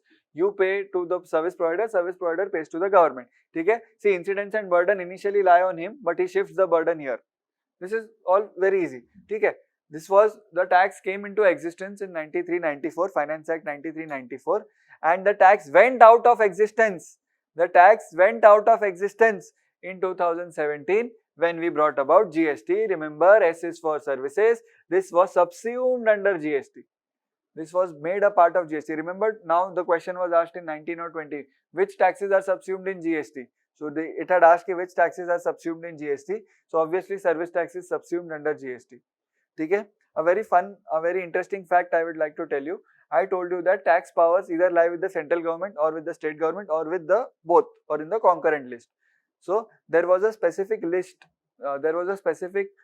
entry in the union list, tax on services, which means that central government has the authority to collect tax on services. Yes or no? But central government never did use that entry. Central government used another entry, which is residuary actions, and those residuary actions ke under central government was collecting service tax. Why? Because the bill to collect tax on services under that head was never passed. So bill was passed to collect tax on services, but not under the specific head mentioned in the list, but under residuary services. Not relevant, but just good to know. Okay? Service tax is a tax on services. Who collected? I told you just now, who collected? Central government.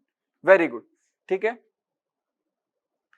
Now similarly, when you collect, when you provide services, you collect service tax. When you sell goods, you collect sales tax. Yes or no?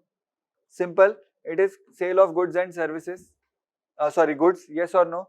Now sales tax was primarily sales tax was under the domain of state governments. Okay?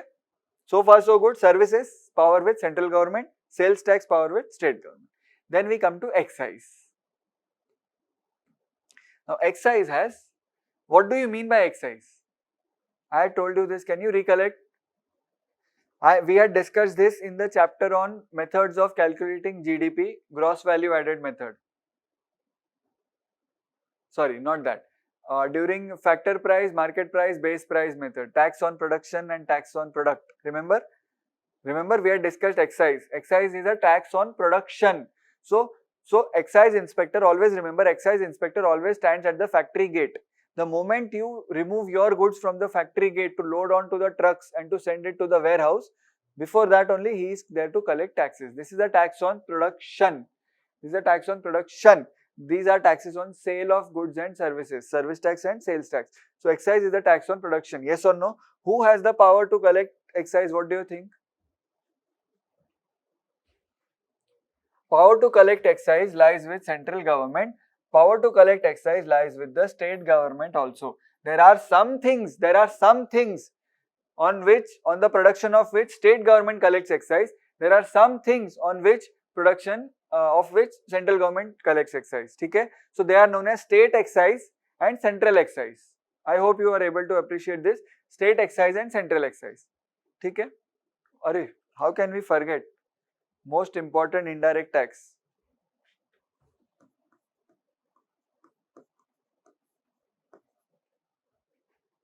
Most important. Huh?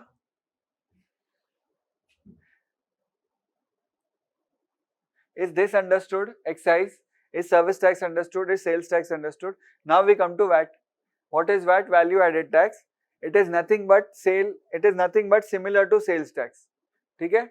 It is nothing but similar to sales tax. So in history, if I want to speak to you about, so there were different VATs, different value added tax. So this is the name of tax, value added tax, VAT. So there were different kinds of VAT. There was CEN VAT, which was central value added tax. There was mod VAT, which was modified value added tax. Then there was state VAT also, state value added tax. No need to go into depth. When we'll cover GST, you will realize ki what are we talking about. Okay? But primarily VAT was also under the control of both central government and state government.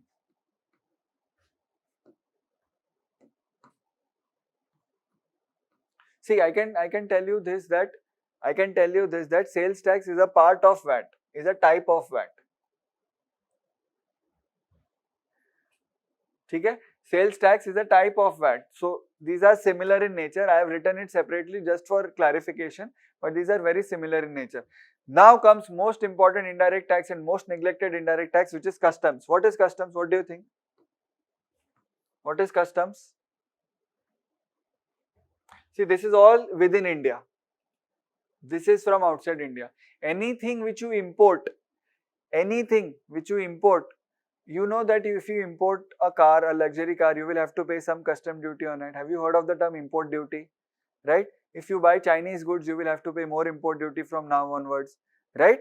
Similarly, any goods which come to India, government has the authority to levy tax on it. Now please pay attention here. I will give you time to write. Any goods which come to India, government has the authority to levy tax on it. For example, if you buy a $1,000 phone, let's say if you buy $1,000 phone and you have ordered it from Amazon UK, Amazon US, and it comes to India, when it will land in India, either on the airport or if it comes from ship on ports, you will get a call from airport authority or ship authority that your parcel has arrived, please come to collect it. You become very happy, you go to collect it, and then you realize that they are asking for a custom duty of $400 on $1,000 phone. Okay? Only when you pay those custom duty, then only you will get those your goods cleared, and this is official. So this is custom duty. It is import duty. You can call it as an import duty. So whenever goods from outside India come to India, so if you buy something from India, what will you have to pay? You will have to pay service tax, you will have to pay sales tax. If you buy something from outside India, these are not applicable, this is applicable. Simple. This is within India, this is outside India. Customs, who has the authority to collect customs? Because India as a whole is one border, states have no authority on the borders. So whatever is entering Indian territory. Now why do we levy customs? Why do we levy customs? What kind of custom duties are there? What is import duty? Why do we do this, and do we do it for all countries in a uniform manner? You purchase from USA to phone pay 40% tax, you purchase from Pakistan to phone pay 40% tax, or we do it differently. This we will cover, we are going to cover in the WTO chapter, World Trade Organization, because this is a part of world trade, yes or no? Now we are in India, we want to bolster our revenue receipts. Always remember, this is also a part of our tax collection. So these are all part of indirect taxes. Why are indirect taxes? Because your burden is being shifted on you. Na? You are paying out of your pocket when you are purchasing or importing, when you are purchasing goods, when you are availing services, when you are purchasing goods, when you are producing goods, you have to pay this. Okay? Right? Now comes GST. What is GST? So I will help with the I will take help of an example. It is a very interesting, very cool example. I will explain it. But before that, what is the need for GST and why do we do this? All of that I am going to explain. Okay? Let us keep this as it is in mind, and then we move on to our example directly. Right? Now please remove your calculator. Please remove calculator on your phone and please let me know. I am going to ask you some figures and I will need your help. Okay?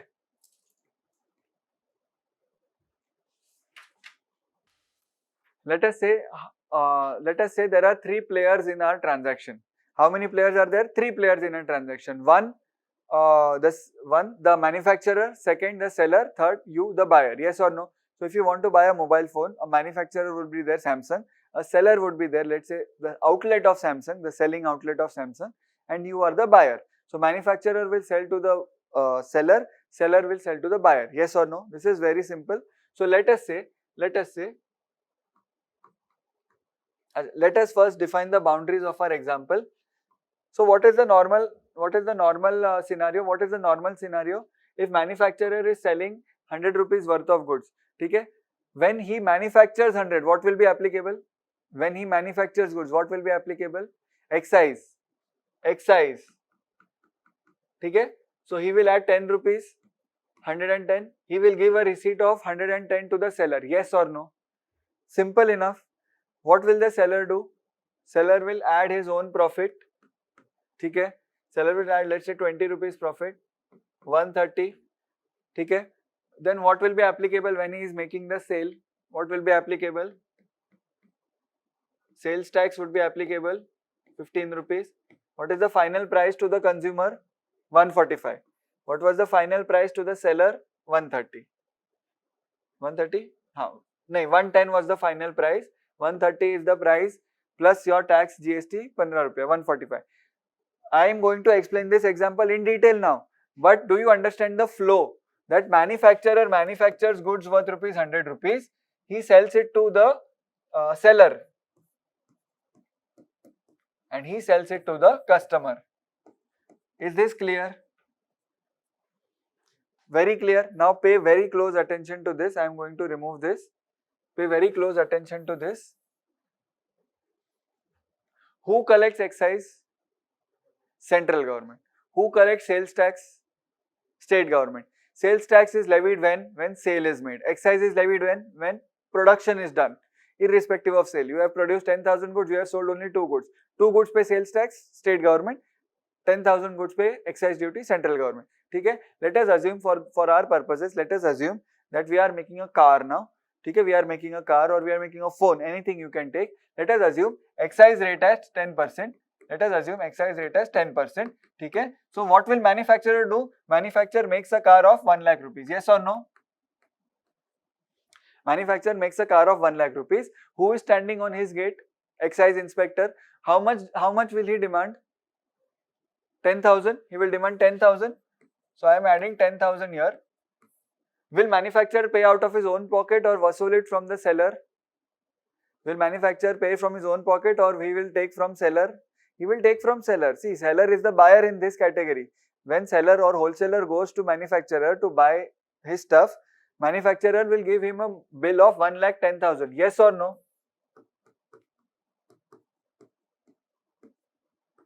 Simple enough, straightforward enough. Yes or no? This will be the purchase price of the seller. ठीक है?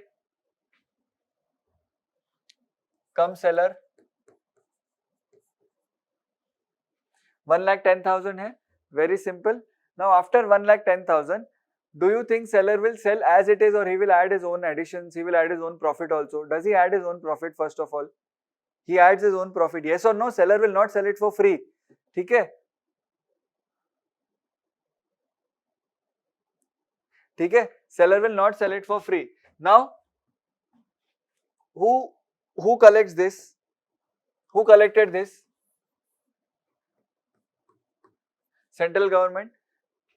This is done. Now, when manufacturer sells goods to the seller, who is standing? State government is standing because he is buying ultimately from manufacturer. See, this is just a middleman, but he is buying and then he will sell to the customer. ठीक है? Let's say excise is 10%. Let's say sales tax in our example is 12%. ठीक है? 12% will be applicable here or here. This because इसके ऊपर bill लगेगा. ठीक है? How much is 1,10,000 का 12%? How much is 1,10,000 का 12%? I asked you to use your calculators.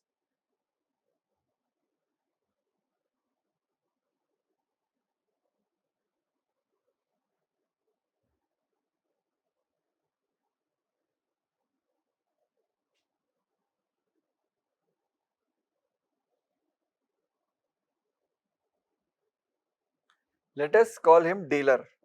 Better, you will be able to understand it better. Let us call him dealer.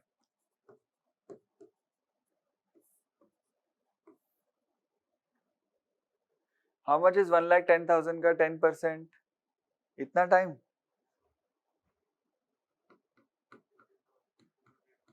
13,200. What is the total? What is the total?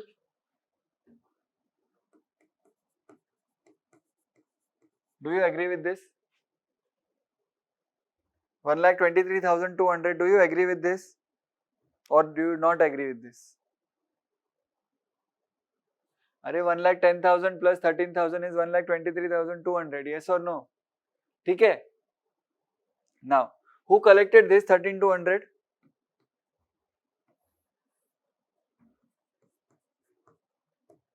State government. See, scenario is very simple. Manufacturer has made an iPhone worth rupees 1 lakh. Apple has made worth rupees 1 lakh. Excise wala says you have made. I don't care whether you sell it or not. Excise is a tax on production. He will take 10% excise, 10,000 rupees. 1,10,000 ka excise. Now the cost to manufacturer is 1,10,000. Seller redistributor is standing there, who runs an Apple gallery, who runs a shop. Let's say Amazon, who is selling iPhones. He is standing there. He wants to buy iPhone from manufacturer. Manufacturer will try to sell it to the dealer, but who will come? State government will collect sales tax because it is a sale of goods. Yes or no? On this 1,10,000, they will ask 12% because the rate is, let's say, 12%, 13,200. Who will add it to the bill? Manufacturer will add it to the bill and he will give it to the dealer. Yes or no? Now dealer ka cost is how much? 1,23,200. Now just for 1 minute, how much is the cost to the dealer? What do you think is the cost to the dealer? 1,23,200. Just for 1 minute, assume. I will tell you why. Just for 1 minute, assume state government tells him कि I will refund you the money, whatever you have paid. Achha, who has paid 13,200? Dealer. Who has paid 10,000? Dealer only. He has taken from him. Remember, he has given him a bill of 1,23,200. Usme there are two components. One is excise, one is sales tax. He will vasool it from dealer only. Okay? Dealer will pass it on to the consumer. Yes or no? for 1 minute, I am telling you, for the purpose of this example, I am telling you, assume that 13,200 is refunded by the state government. Then what will be the cost to dealer? Assume state government refunds 13,200 to the dealer. What will be the cost to the dealer?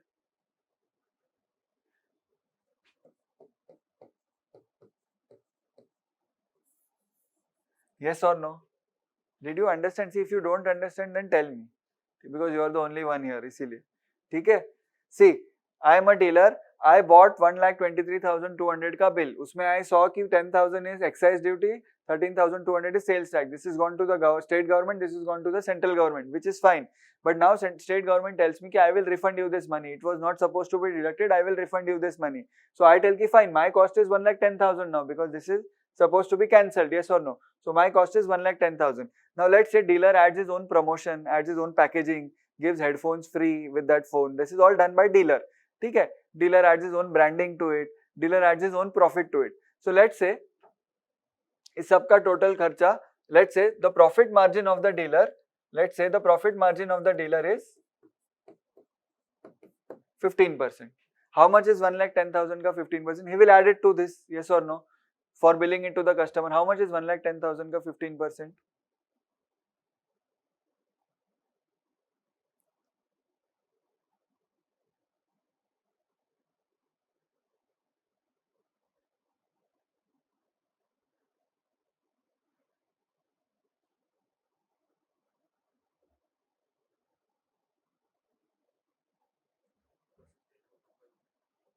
$16,500. And how much is the total? How much is the total?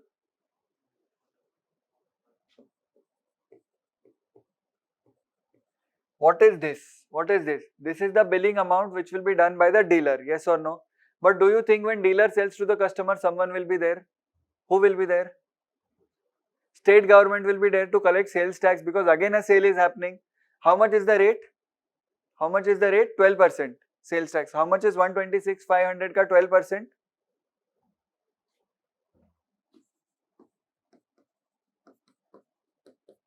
How much is 126,500 ka 12%? How much? 15,180. How much is the final cost to consumer?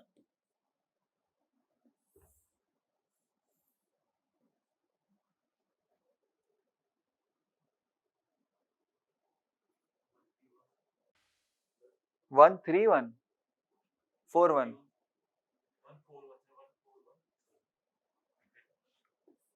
141 680.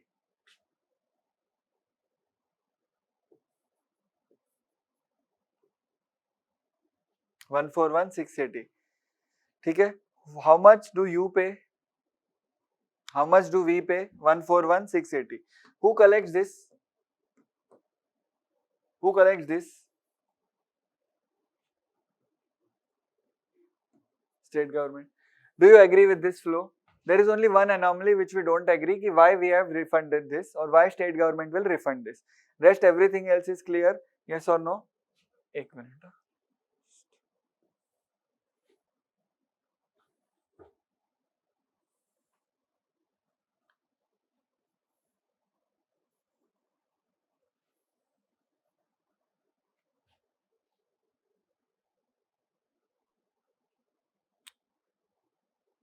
Great. छोड़ दो. Too much मेहनत. ठीक है? So manufacturer manufactured a phone worth rupees 1 lakh. Excise inspector said give 10%, 1,10,000. Sales tax guy said 12% on this thing, 13,200. Manufacturer made a bill of 1,23,200, gave it to the dealer. Dealer was starting with his calculations when state government called and said, I will refund this. This was not supposed to be deducted. So dealer said, fine, my cost is 1,10,000 because dealer has got this back in his bank account. 1,10,000 by 15% he booked his profit, his own mehnat, his own kharcha, 16,500. He said ki I will charge from the customer 1,26,500. But government says ki you are supposed to pay sales tax of 12% here, 15,180. He charged from the customer. He is shifting the burden. Ultimately, who is paying all of the tax? Consumer. We are paying all of the tax. Yes or no? Customer is paying all of the tax.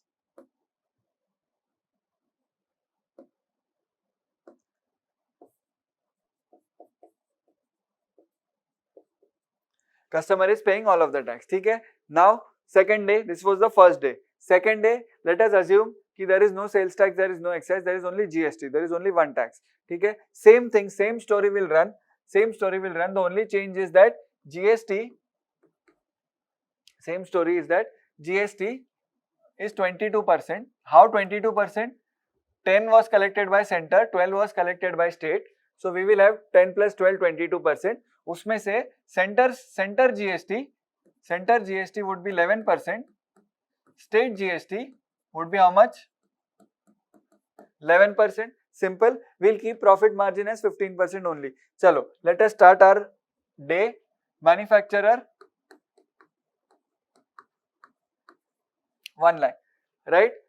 Manufacturer 1 lakh. Will he have a tax on production? No, he will not have a tax on production because now excise is not there, now sales tax is not there. When he will sell it to the dealer, would he have to pay GST? Yes. How much? 22% or 11% or 11%? 22% because now everyone is merged now. Now it is 1. Okay? So now GST, I would say CGST 11%. How much is 11%? 11,000. How much is 11%? 11,000. Bill कितने का बनेगा? 1,22,000. Yes or no? Chalo. On this is the cost to the dealer. Yes or no? This will be collected by the center and this would be collected by the state. Okay, I have not even started to explain GST, but we'll explain GST with the help of an example directly. Dealer 1,22,000. Again he gets a call. From both the governments this time. He gets a call from both the governments this time. Ki sir, we will give you refund. Okay? Sir, we will give you refund of this 22,000. Who has paid this 22,000? Dealer. Always remember, manufacturer has just remitted it to government. Ultimately, whose pocket se gaya hai? Dealer. Okay? But he gets a call ki this will be refunded. So what will be the cost to dealer now? 1 lakh. Yes or no? How much is the profit margin? 15%. How much is 15%? 15,000. 1,15,000. Now who is at the gate? Tell me who is at the gate? Central government or state government? Both. Because it is merged. Both of them are standing now. Okay? Both of them are standing now. This is merged. They are one. They are married now. Central and state government are married now. So you would say CGST at how much? CGST how much? SGST how much? How much is 1,15,000 ka 11%?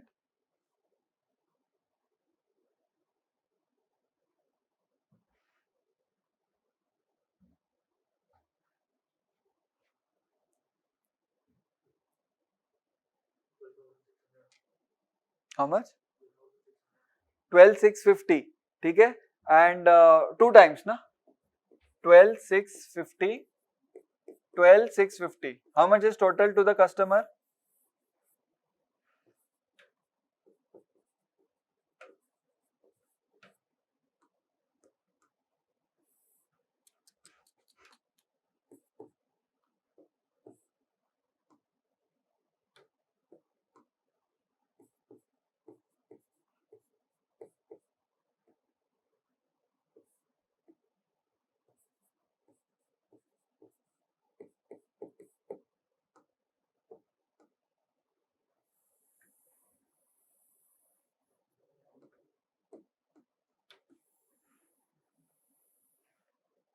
How much is the total? 115 plus 12 plus 12. 140, 300. ठीक है? चलो, calculation is done. Now we will try to understand what happened. Now we will go to the previous slide. This is done, finished. Now we will go to the previous slide. What happened was, this was under the control of both. This was under the control of one. This was under control of the another. What happened was, there used to be a lot of problems, a lot of frictions between them. Okay? So then they decided to merge all of this and to have only one tax, one nation, one tax. Yes or no? So they merged all of these. All of these are merged here. All of these are merged here except some parts of central excise and state excise, and they are known as goods and service tax. Okay? So I will tell you what was the issue here. I will tell you with the help of an example. So forget this now. Let us focus on this. This is fairly simple, fairly clear to everyone except this one anomaly, right? Chalo, this went to central government, right? Is pe tax laga. First thing, do you notice that 12% is being applied on this 10,000 also? Do you notice that this is nothing but a tax? Do you notice a tax on tax? Do you notice a tax on tax? This 12% sales tax also includes tax amount of 10,000. So this is applied by central government. State government is applied 12% on the money collected by central government also. Yes or no? Do you agree with this? Okay? So we have the first problem. What is the first problem? First problem is tax on tax, which is wrong, right? Always remember, everything has to be taxed once. Your tax pe bhi tax lag raha hai. So actually 12% should have been on 1 lakh, but it is now on 1,10,000 because this 1,10,000 includes this 10,000. So 12% is now on 1 lakh plus 10,000, which is wrong. Because you can argue with the state government ki sir, this 10,000 is I have already paid to government. See, you don't know center or state. You are paying tax. So you will say, sir, I have paid 10,000 to your big brother. Now you are demanding 12% on that 10% also, which is very wrong, sir. Okay? One problem. Second problem is यहाँ पे आया. ठीक है? Now see this. 1,23,200 में why is state government calling? So ultimately, how much should go to state government? Chalo, forget this. How much should go to state government ultimately? Always remember, there should be, do you remember GDP method by value addition? What did we do? We took cake 200 rupees GDP and we removed 50 rupees ka maida. Why did we do that? Maida is already counted to avoid double counting. Okay? I told you, remember this concept, value added, because it will be used in tax chapter also. I told this. Yes or no? This is where we are using it. So see, ideally what is the nature of income tax? Whatever you earn income or your profit should be taxed. Yes or no?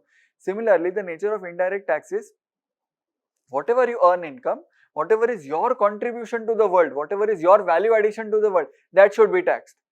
There should be no tax on tax. There should be no tax on tax. It doesn't make any sense. It is illogical. This 12% you are putting on 10% only. See, you are oblivious to the fact that it is collected by central government or state government. For you, government is government. So out of dealer's pocket, 10,000 is going to central government, and on that 10,000 also 12% is going to state government. Is it wrong? Yes, very wrong. Okay? Now come here. Now assume karo for the purposes of our calculation ki if this story would have remained same, what would have we taken? 123,200. Yes or no? He would have taken 123,200. Dealer would have taken 123,200. Now, how much would be the profit? 123,200 ka 15%.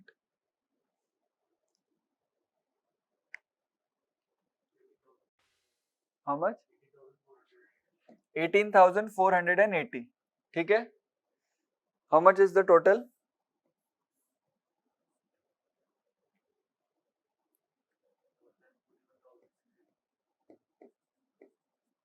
141,680. अभी इस पे tax will come.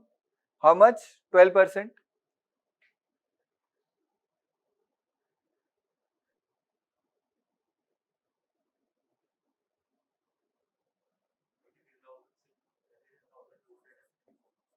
$33,264. How much is the final price? Just forget about final price. It's okay. Who will collect this? State government will collect this. Take very close attention now. This 33,264 is calculated on 141,680. This 141,680 includes a profit as well as your cost. Have you not paid tax on 123,200 already? How much is dealer's value addition? Tell me that. How much is dealer's contribution to the world? 15%. Yes or no? See, notice 33,000 is calculated on 141,680. Now this 141,680 includes his profit as well as his input. But uske input already includes tax on 2 levels. So tax on 10,000 plus tax on 13,200 plus very funny thing. His profit is 15%. His profit is 15% on 1,10,000. But this on this 123,200. But this 123,200 also includes 2 times tax. If you don't understand, simple reason I am telling you. One is tax on tax and second is your profit is also calculated on tax only. Okay? You call up central, how much will state government ask? 264. How much you have already paid? 13,200. You have already paid this. You will call state government, you will say, sir, I have already paid 13,200 to you. Yes or no? Iska tax I have paid, sir. Whatever is iske upar ka tax I will pay. Now I will pay only 18,480. That is my contribution to the world. Uspe tax I will pay. State government says, pay the final amount. I will refund you this amount. Okay? Because you have already paid a tax on that amount. Okay? Because when you got your bill of 123,200, you have already paid tax 13,200 to the state government. Now your state government is asking this 33,264, which includes this 13,200 also. Na? This is included here. This is included here. And iske upar tax is coming. So many layers of tax is happening. Are you getting it? So you call up the state government. You say ki, sir, I have already paid you 13,200. Take the remaining amount from me. State government says, no problem. Pay the full amount. I will refund whatever you have earlier paid. Hence, I told you, your state government will refund whatever you have earlier paid and finally you will have to pay 15,180 to this. I know it is very complicated, very difficult to follow. It is maths. It is the point I am trying to make is, you should remember the first point. Is it a tax on tax? Yes, it is a tax on tax. Here, why state government is refunding our tax? Because state government knows that when we will make a sale, we are anyways going to pay tax to state government. So state government says ki abhi you have paid it, you take, but later on pay me. See, I'll simplify this further. Okay? You are making a mobile. What do you need to make a mobile? Let's say you need screen, LCD screen, LED screen. Okay? You bought a screen worth rupees 100. Very simple. You bought a screen worth rupees 100. Okay? There is tax on this. There is, let's say, sales tax on this plus 10 rupees. How much did you get it for? 110. How much did go to the state government? Already 10 rupees has gone to the state government. Simple. What will you do of that screen? You will make mobile phone. Okay? So let's say your cost is 110 now. Your cost is 110. Now 110 pay, you insert all other components and everything and all. And let's say 50 rupees ka you make changes, including your profit and all something. How much is the total? You will sell it to the customer for 160. But 160 pay state government will again take 10% because sale is happening here, sale is also happening here. How much will it take? 16 rupees. How much would be the final cost to the consumer? 176. This will also go to the state government. Okay? Simple. But are you noticing? This 16 rupees is calculated on 160. 160 includes 110, which is okay. But 110 includes 10 rupees. Can I say this 16 includes a tax on this 10 rupees also? 1 rupee is of this. Okay? So what? So here you credited state government 10 rupees. Here you credited state government 16 rupees. How much is state government getting? How much is state government getting? 26 rupees. Yes or no? But you say state government ki, sir, I have already paid you 10 rupees. Why are you collecting twice? So state government will say ki, don't worry, I will refund you 10 rupees. Ultimately, how much is the value addition here? Ultimately 100 pe lagna chahiye and 50 pe lagna chahiye. Simple. Okay? State government will say ki, I will refund it. Right? So to avoid this tax on tax, to avoid this tax on tax,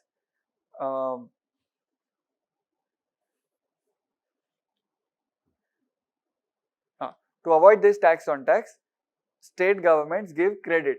State governments give credit to something which you have already done. Similar example I will tell you. If you are writing a mains test series, ठीक है, there are 10 tests in one and you come to the LevelUp office and you submit your copies, you write in your home and you submit your copies, ठीक है. On the first day you submit 5 copies, on the next day LevelupIAS asks you for 8 copies. You say ki sir 5 I have already submitted, please take only 3. So then they say that 5 we will give you back, submit me 8. Same thing na, you are doing it like this, घुमा के. Same thing, state government is refunding 13,200 to you. Very important part now, state government is refunding 13,200 to you. So your cost is now reduced. You calculate your profit on the reduced cost. You calculate your sales tax. How much do you give to the state government? 15,180. This is already refunded to you. Is it understood? Yes or no? You only have to understand that there is a tax on tax. Simple. You only have to understand that there is a tax on tax. Now, if the state government did not refund this, what would happen? If the state government did not refund this, what would happen? Everything would be increased. Yes or no? Yes or no? This is, so state government is collecting tax twice now. On the same transaction, state government is collecting tax twice. See, ideally how this transaction would have gone is, if there was tax, if state government did not meddle in your affairs, how this transaction would have gone is, 100 rupees ka screen plus, there is no tax here, 50 rupees ka value addition. 100 rupees ka screen, 50 rupees ka value addition. My cost is how much? 150. Now take tax from me. Now how much do you take tax? 10%. 15 rupiah is the tax. 165. This is the normal thing. Yes or no? This is the normal flow. This is the tax taken by the government. So this you take tax as government, state government. Okay? But since state government is taxing at every stage, at every later stage, it has to refund the money back which is collected in the previous stage. Then only you can tax it once. Otherwise, this is double taxation. Yes or no? Taxing here also, taxing here also. So what happens now? What happens here?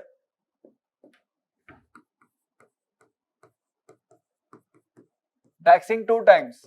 See, there is a difference between this and this. इस पे tax on tax था, इस पे tax, same tax is collected twice. Double taxation is happening here. ठीक है? Following this much. So, when state government refunds this amount to you, you say ki my cost is 1,10,000, you say profit 16,500, you say this you remit to the state government and this is what you charge from the customer. Now, what more problems do you see here? Now, what more? Can I say, English, pay attention, can I say, state government has given me a credit of 13,200, yes or no? When I was going to pay 15,180, state government has given me a credit of 13,200. Yes or no? Very simple. Yes or no? Yes. State government has given me a credit of 15,180. Now imagine this sales is done in Madhya Pradesh and this sales is done in UP. What would happen? This state government is now MP state government and this sales is now UP state government.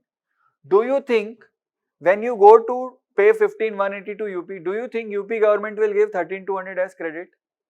ये तो हो गया. MP, when this sale was made by the manufacturer to the wholesaler or to the dealer in MP, you paid tax to MP state government. Now you took that mobile phone to UP and then you sold it to the customer. Now UP government is asking tax of 15,180. Can you tell UP government, I have already paid 13,200 to MP government? You cannot. UP government will say it is his problem. There is a problem again. So interstate tax is a problem. Samjha, buying in one state, selling in one state, this state will not give credit at all. ठीक है? Did you understand this? If this state does not give credit, this will be the result. We have calculated the dark result here. This would be the result. Price would be 1,41,000 plus 33,000. कितना जाएगा? 1,80,000 something. ठीक है? Because of this being in the same state, your price is 1,41,680. But if it was in a different state, then price would have been much higher. Who is suffering? Ultimately, who is suffering? Customer. Third point. There is an issue with interstate sale. Yes or no?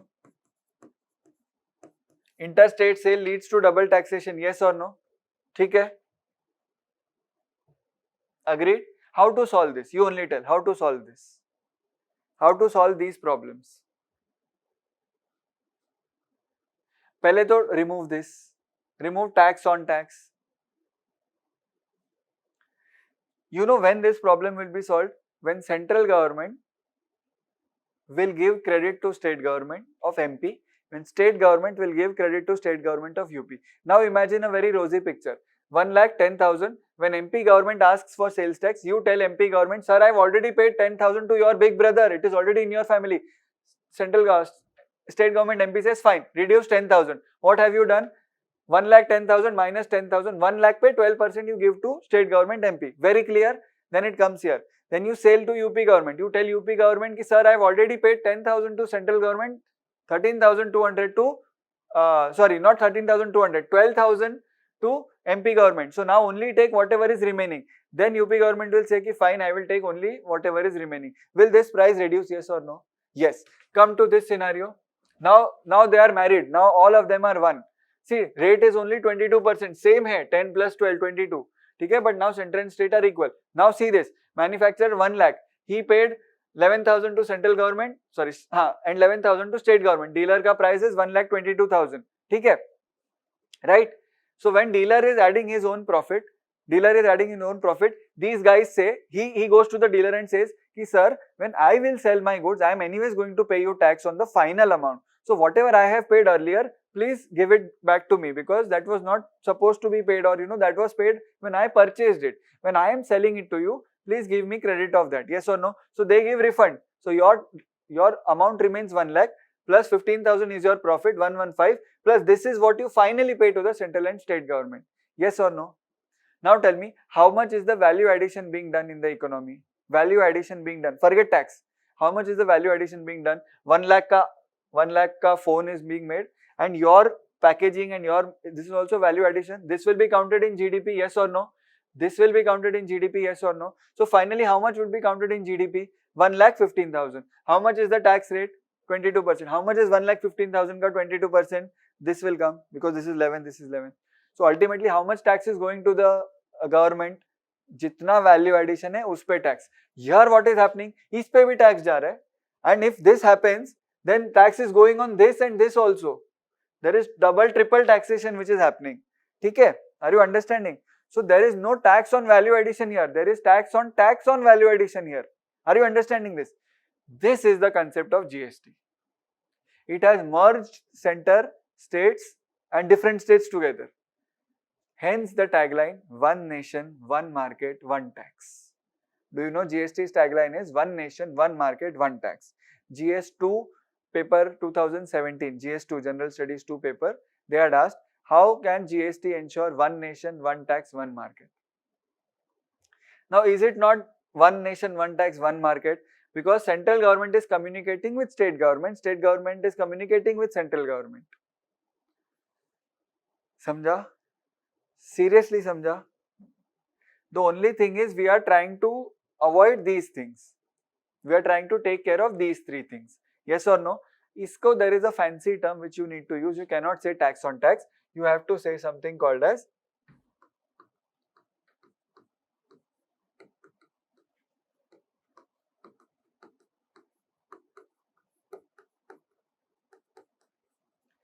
cascading effect of taxation. That is nothing but tax on tax. We saw double, triple tax.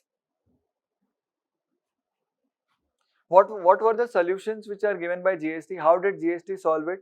Central government started communicating with state government, we merged their markets. Okay? We merged everything.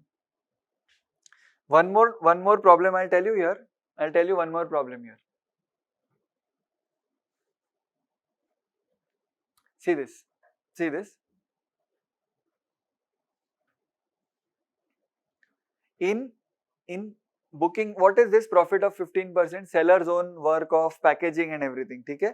Let us say seller paid someone 1,000 rupees for packing services. Word I am using is packing services. Will the seller have to pay service tax? Yes. Seller had to pay service tax, which was collected by whom? Service tax collected by whom? Central government. Service tax collected by central government in the earlier regime. Okay? So let's say here, suppose let's say here, seller pays some 1,000 rupees to and he avails services. He avails services. He pays 100 rupees as service tax to central government. Okay? Now that 100 rupees would also be included here. Uspe bhi sales tax is coming. One more example. So state government is not giving credit of service tax paid. State government is not giving credit of service tax paid. State government of one state is not giving credit of state government sales tax paid to other state government. One more example. Manufacturer is making what? Phone. Okay, he is making a phone. Let's say he is availing service of an engineer who is designing the phone. Ekdam fancy body and slim body to screen to body ratio is very high, slim phone, everything. He will pay some money to that engineer. That engineer is providing services, yes or no? That engineer, when he will bill the manufacturer, imagine here engineering services plus service tax, 20,000 rupees. That service tax would also be included in this 1 lakh. This 10,000 would also come on that service tax. Central government said, so you called central government, you said ki sir, you are only collecting service tax. I have already paid service tax. Now why are you collecting excise? Central government said excise and service tax are different. One more problem.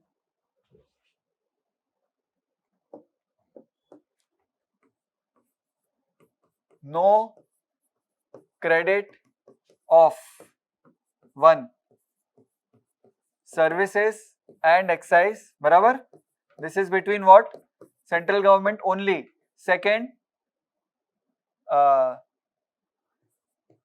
services, excise and sale between central government and state government. And third, interstate sale, वापस the same problem, है ना? Interstate sale between state government and state government.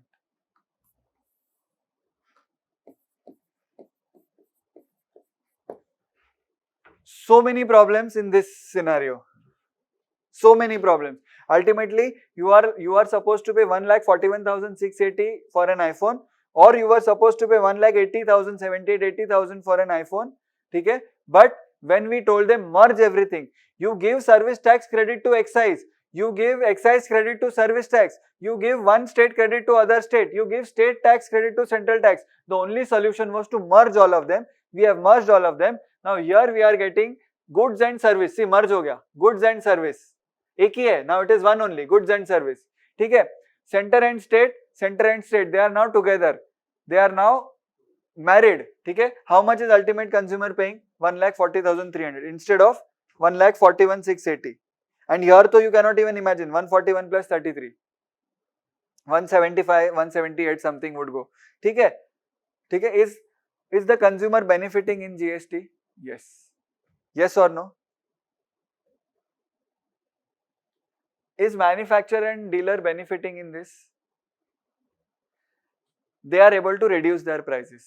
When they reduce their prices, what will happen? They can do more business.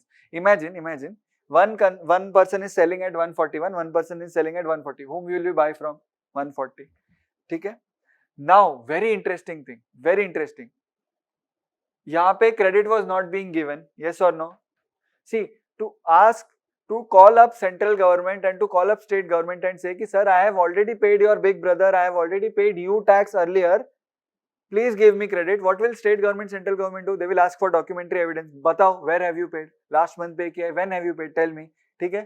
But if you are not able to call central government, if it is not ready to give credit, you will not maintain any documents, yes or no? But if state government says, we will give you credit, but you have to maintain documents. So GST has also led to formalization, because in order to avail this 22,000 credit, you have to give bills worth this 22,000, which means you have to maintain pakka records, which means you have to maintain proper invoices, which means all others, those who are dealing under the market, all others who are dealing in black market, all others who are not maintaining proper records, they are being brought into the system.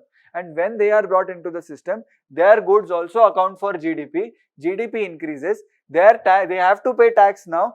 Tax increases. Why? Because they want to reduce their price and they want to avail credit. Samjha? Yes or no? So GST solves a lot of problems. What problems does GST solve? Just tell me very quickly. What problems does GST solve? GST solves the problem of cascading of taxes.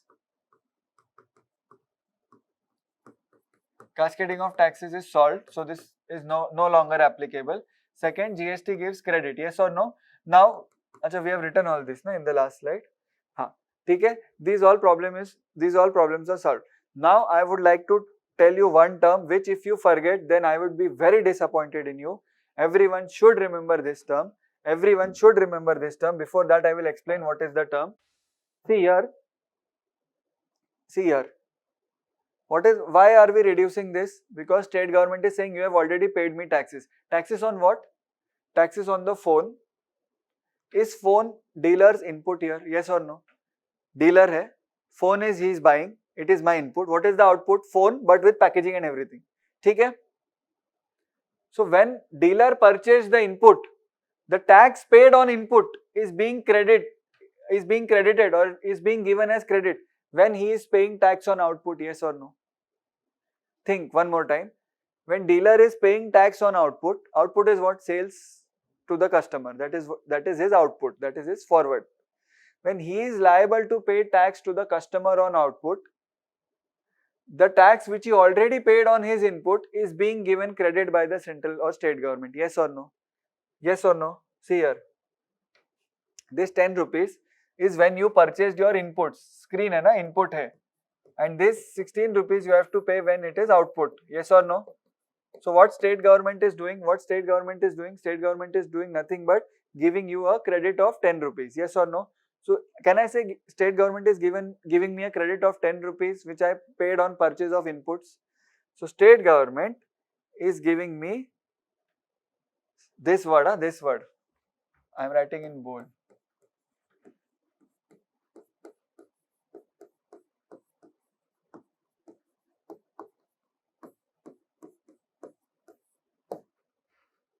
Input tax credit. GST brought in the system of input tax credit. Samjha? GST brought in a system of input tax credit. Now again, very important. Did we have input tax credit system in this scenario?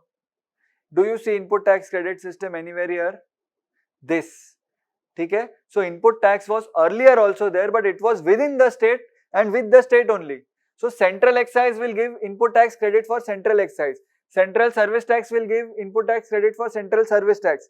State sales tax would give credit for same state sales tax. What GST has done is GST is now giving input tax credit for everything. You can take input tax credit for services against goods. You can take input tax credit for goods against services. You can take input tax credit for tax paid in one state against goods sold in another state. Simple. I'll give you a very simple example.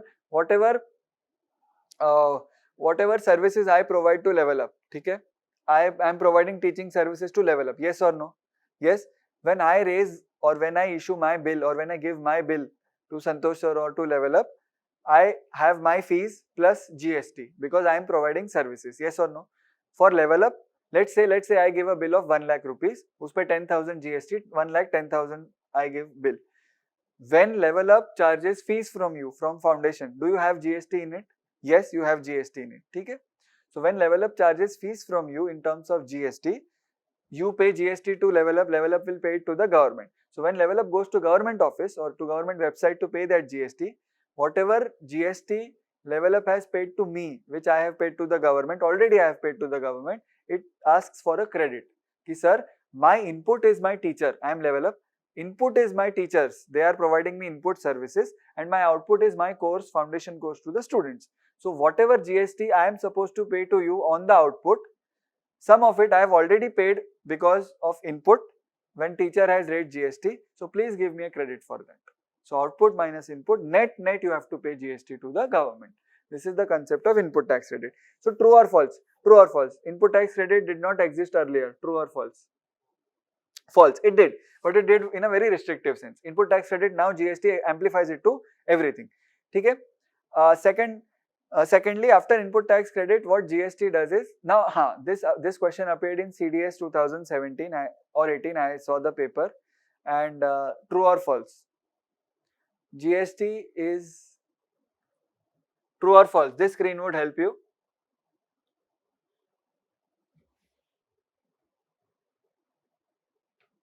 This screen would help you. GST is a value added tax. True or false? Think and tell me. It is not that easy. This screen would help you. GST is a value added tax. Yes or no? I am not saying whether it is subsumed in GST or not. Consider these as separate taxes. GST is a value added tax. Yes or no? Think about this screen and think about our example, our second example which we took when GST, CGST, SGST was given.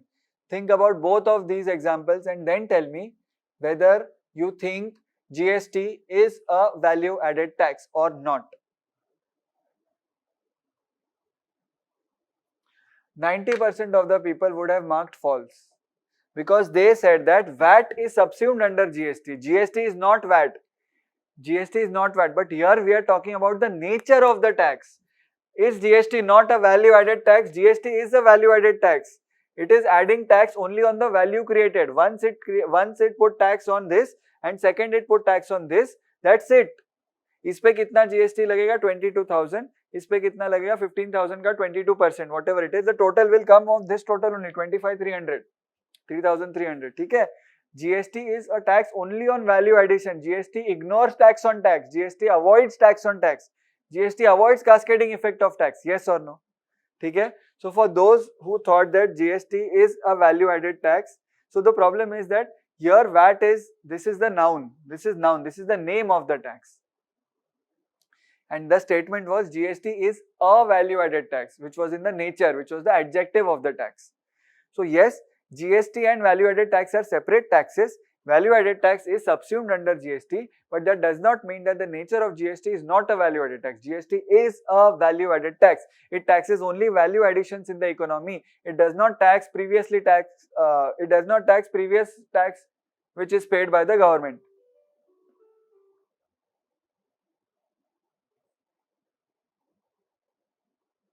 ठीक है?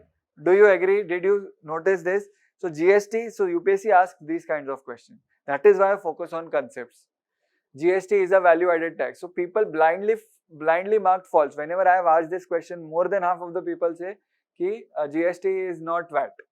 GST is not VAT, true, but GST is a VAT, if it makes any sense. GST is not VAT, but GST is a VAT. Nature. The problem is the name is so generic, value added tax. Okay, so imagine if you are a girl and your name is also girl. You write your name as girl XYZ. So you are a girl but your name is also girl. Okay? So some other girl is not girl, but some other girl is girl. Do you follow? I have made it more complicated. Similarly, GST is not VAT, but GST is a VAT. Is a value added tax. Right? See, normally when we do GST, people start with the definition. People will start with what is the history. But I told you what is the concept of GST. Khatam. You can take this screenshot and you can set it as your wallpaper if you want to, revise and everything. This is the concept. See, why GST is brought in? This is it.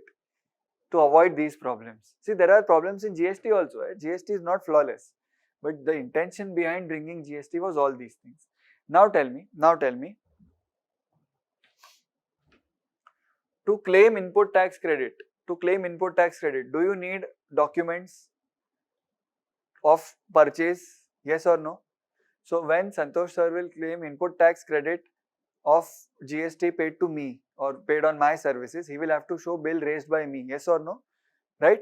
Imagine if LevelUp was not giving bill, if LevelUp was not charging GST, not giving bill, then what would have been done? He did not have my bill, he could not claim input tax credit. Now, since everything is formalized, so it also helps in formalization. GST also helps in formalization.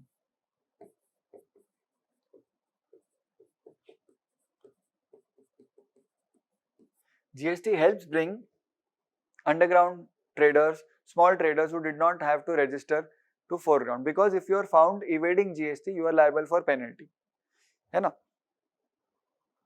now since we have GST as a uniform regime, everyone has to be registered in. Did you understand the concept of GST? Again, I will ask you at the risk of sounding too much of repetition. So if you did not understand, please you can ask. The only thing you need to understand in this, it's okay if you are not able to make that figure calculations and all that is not required. I just explained it what was the problem earlier. If I told you there was a problem of tax on tax, you would not have understood the depth of it.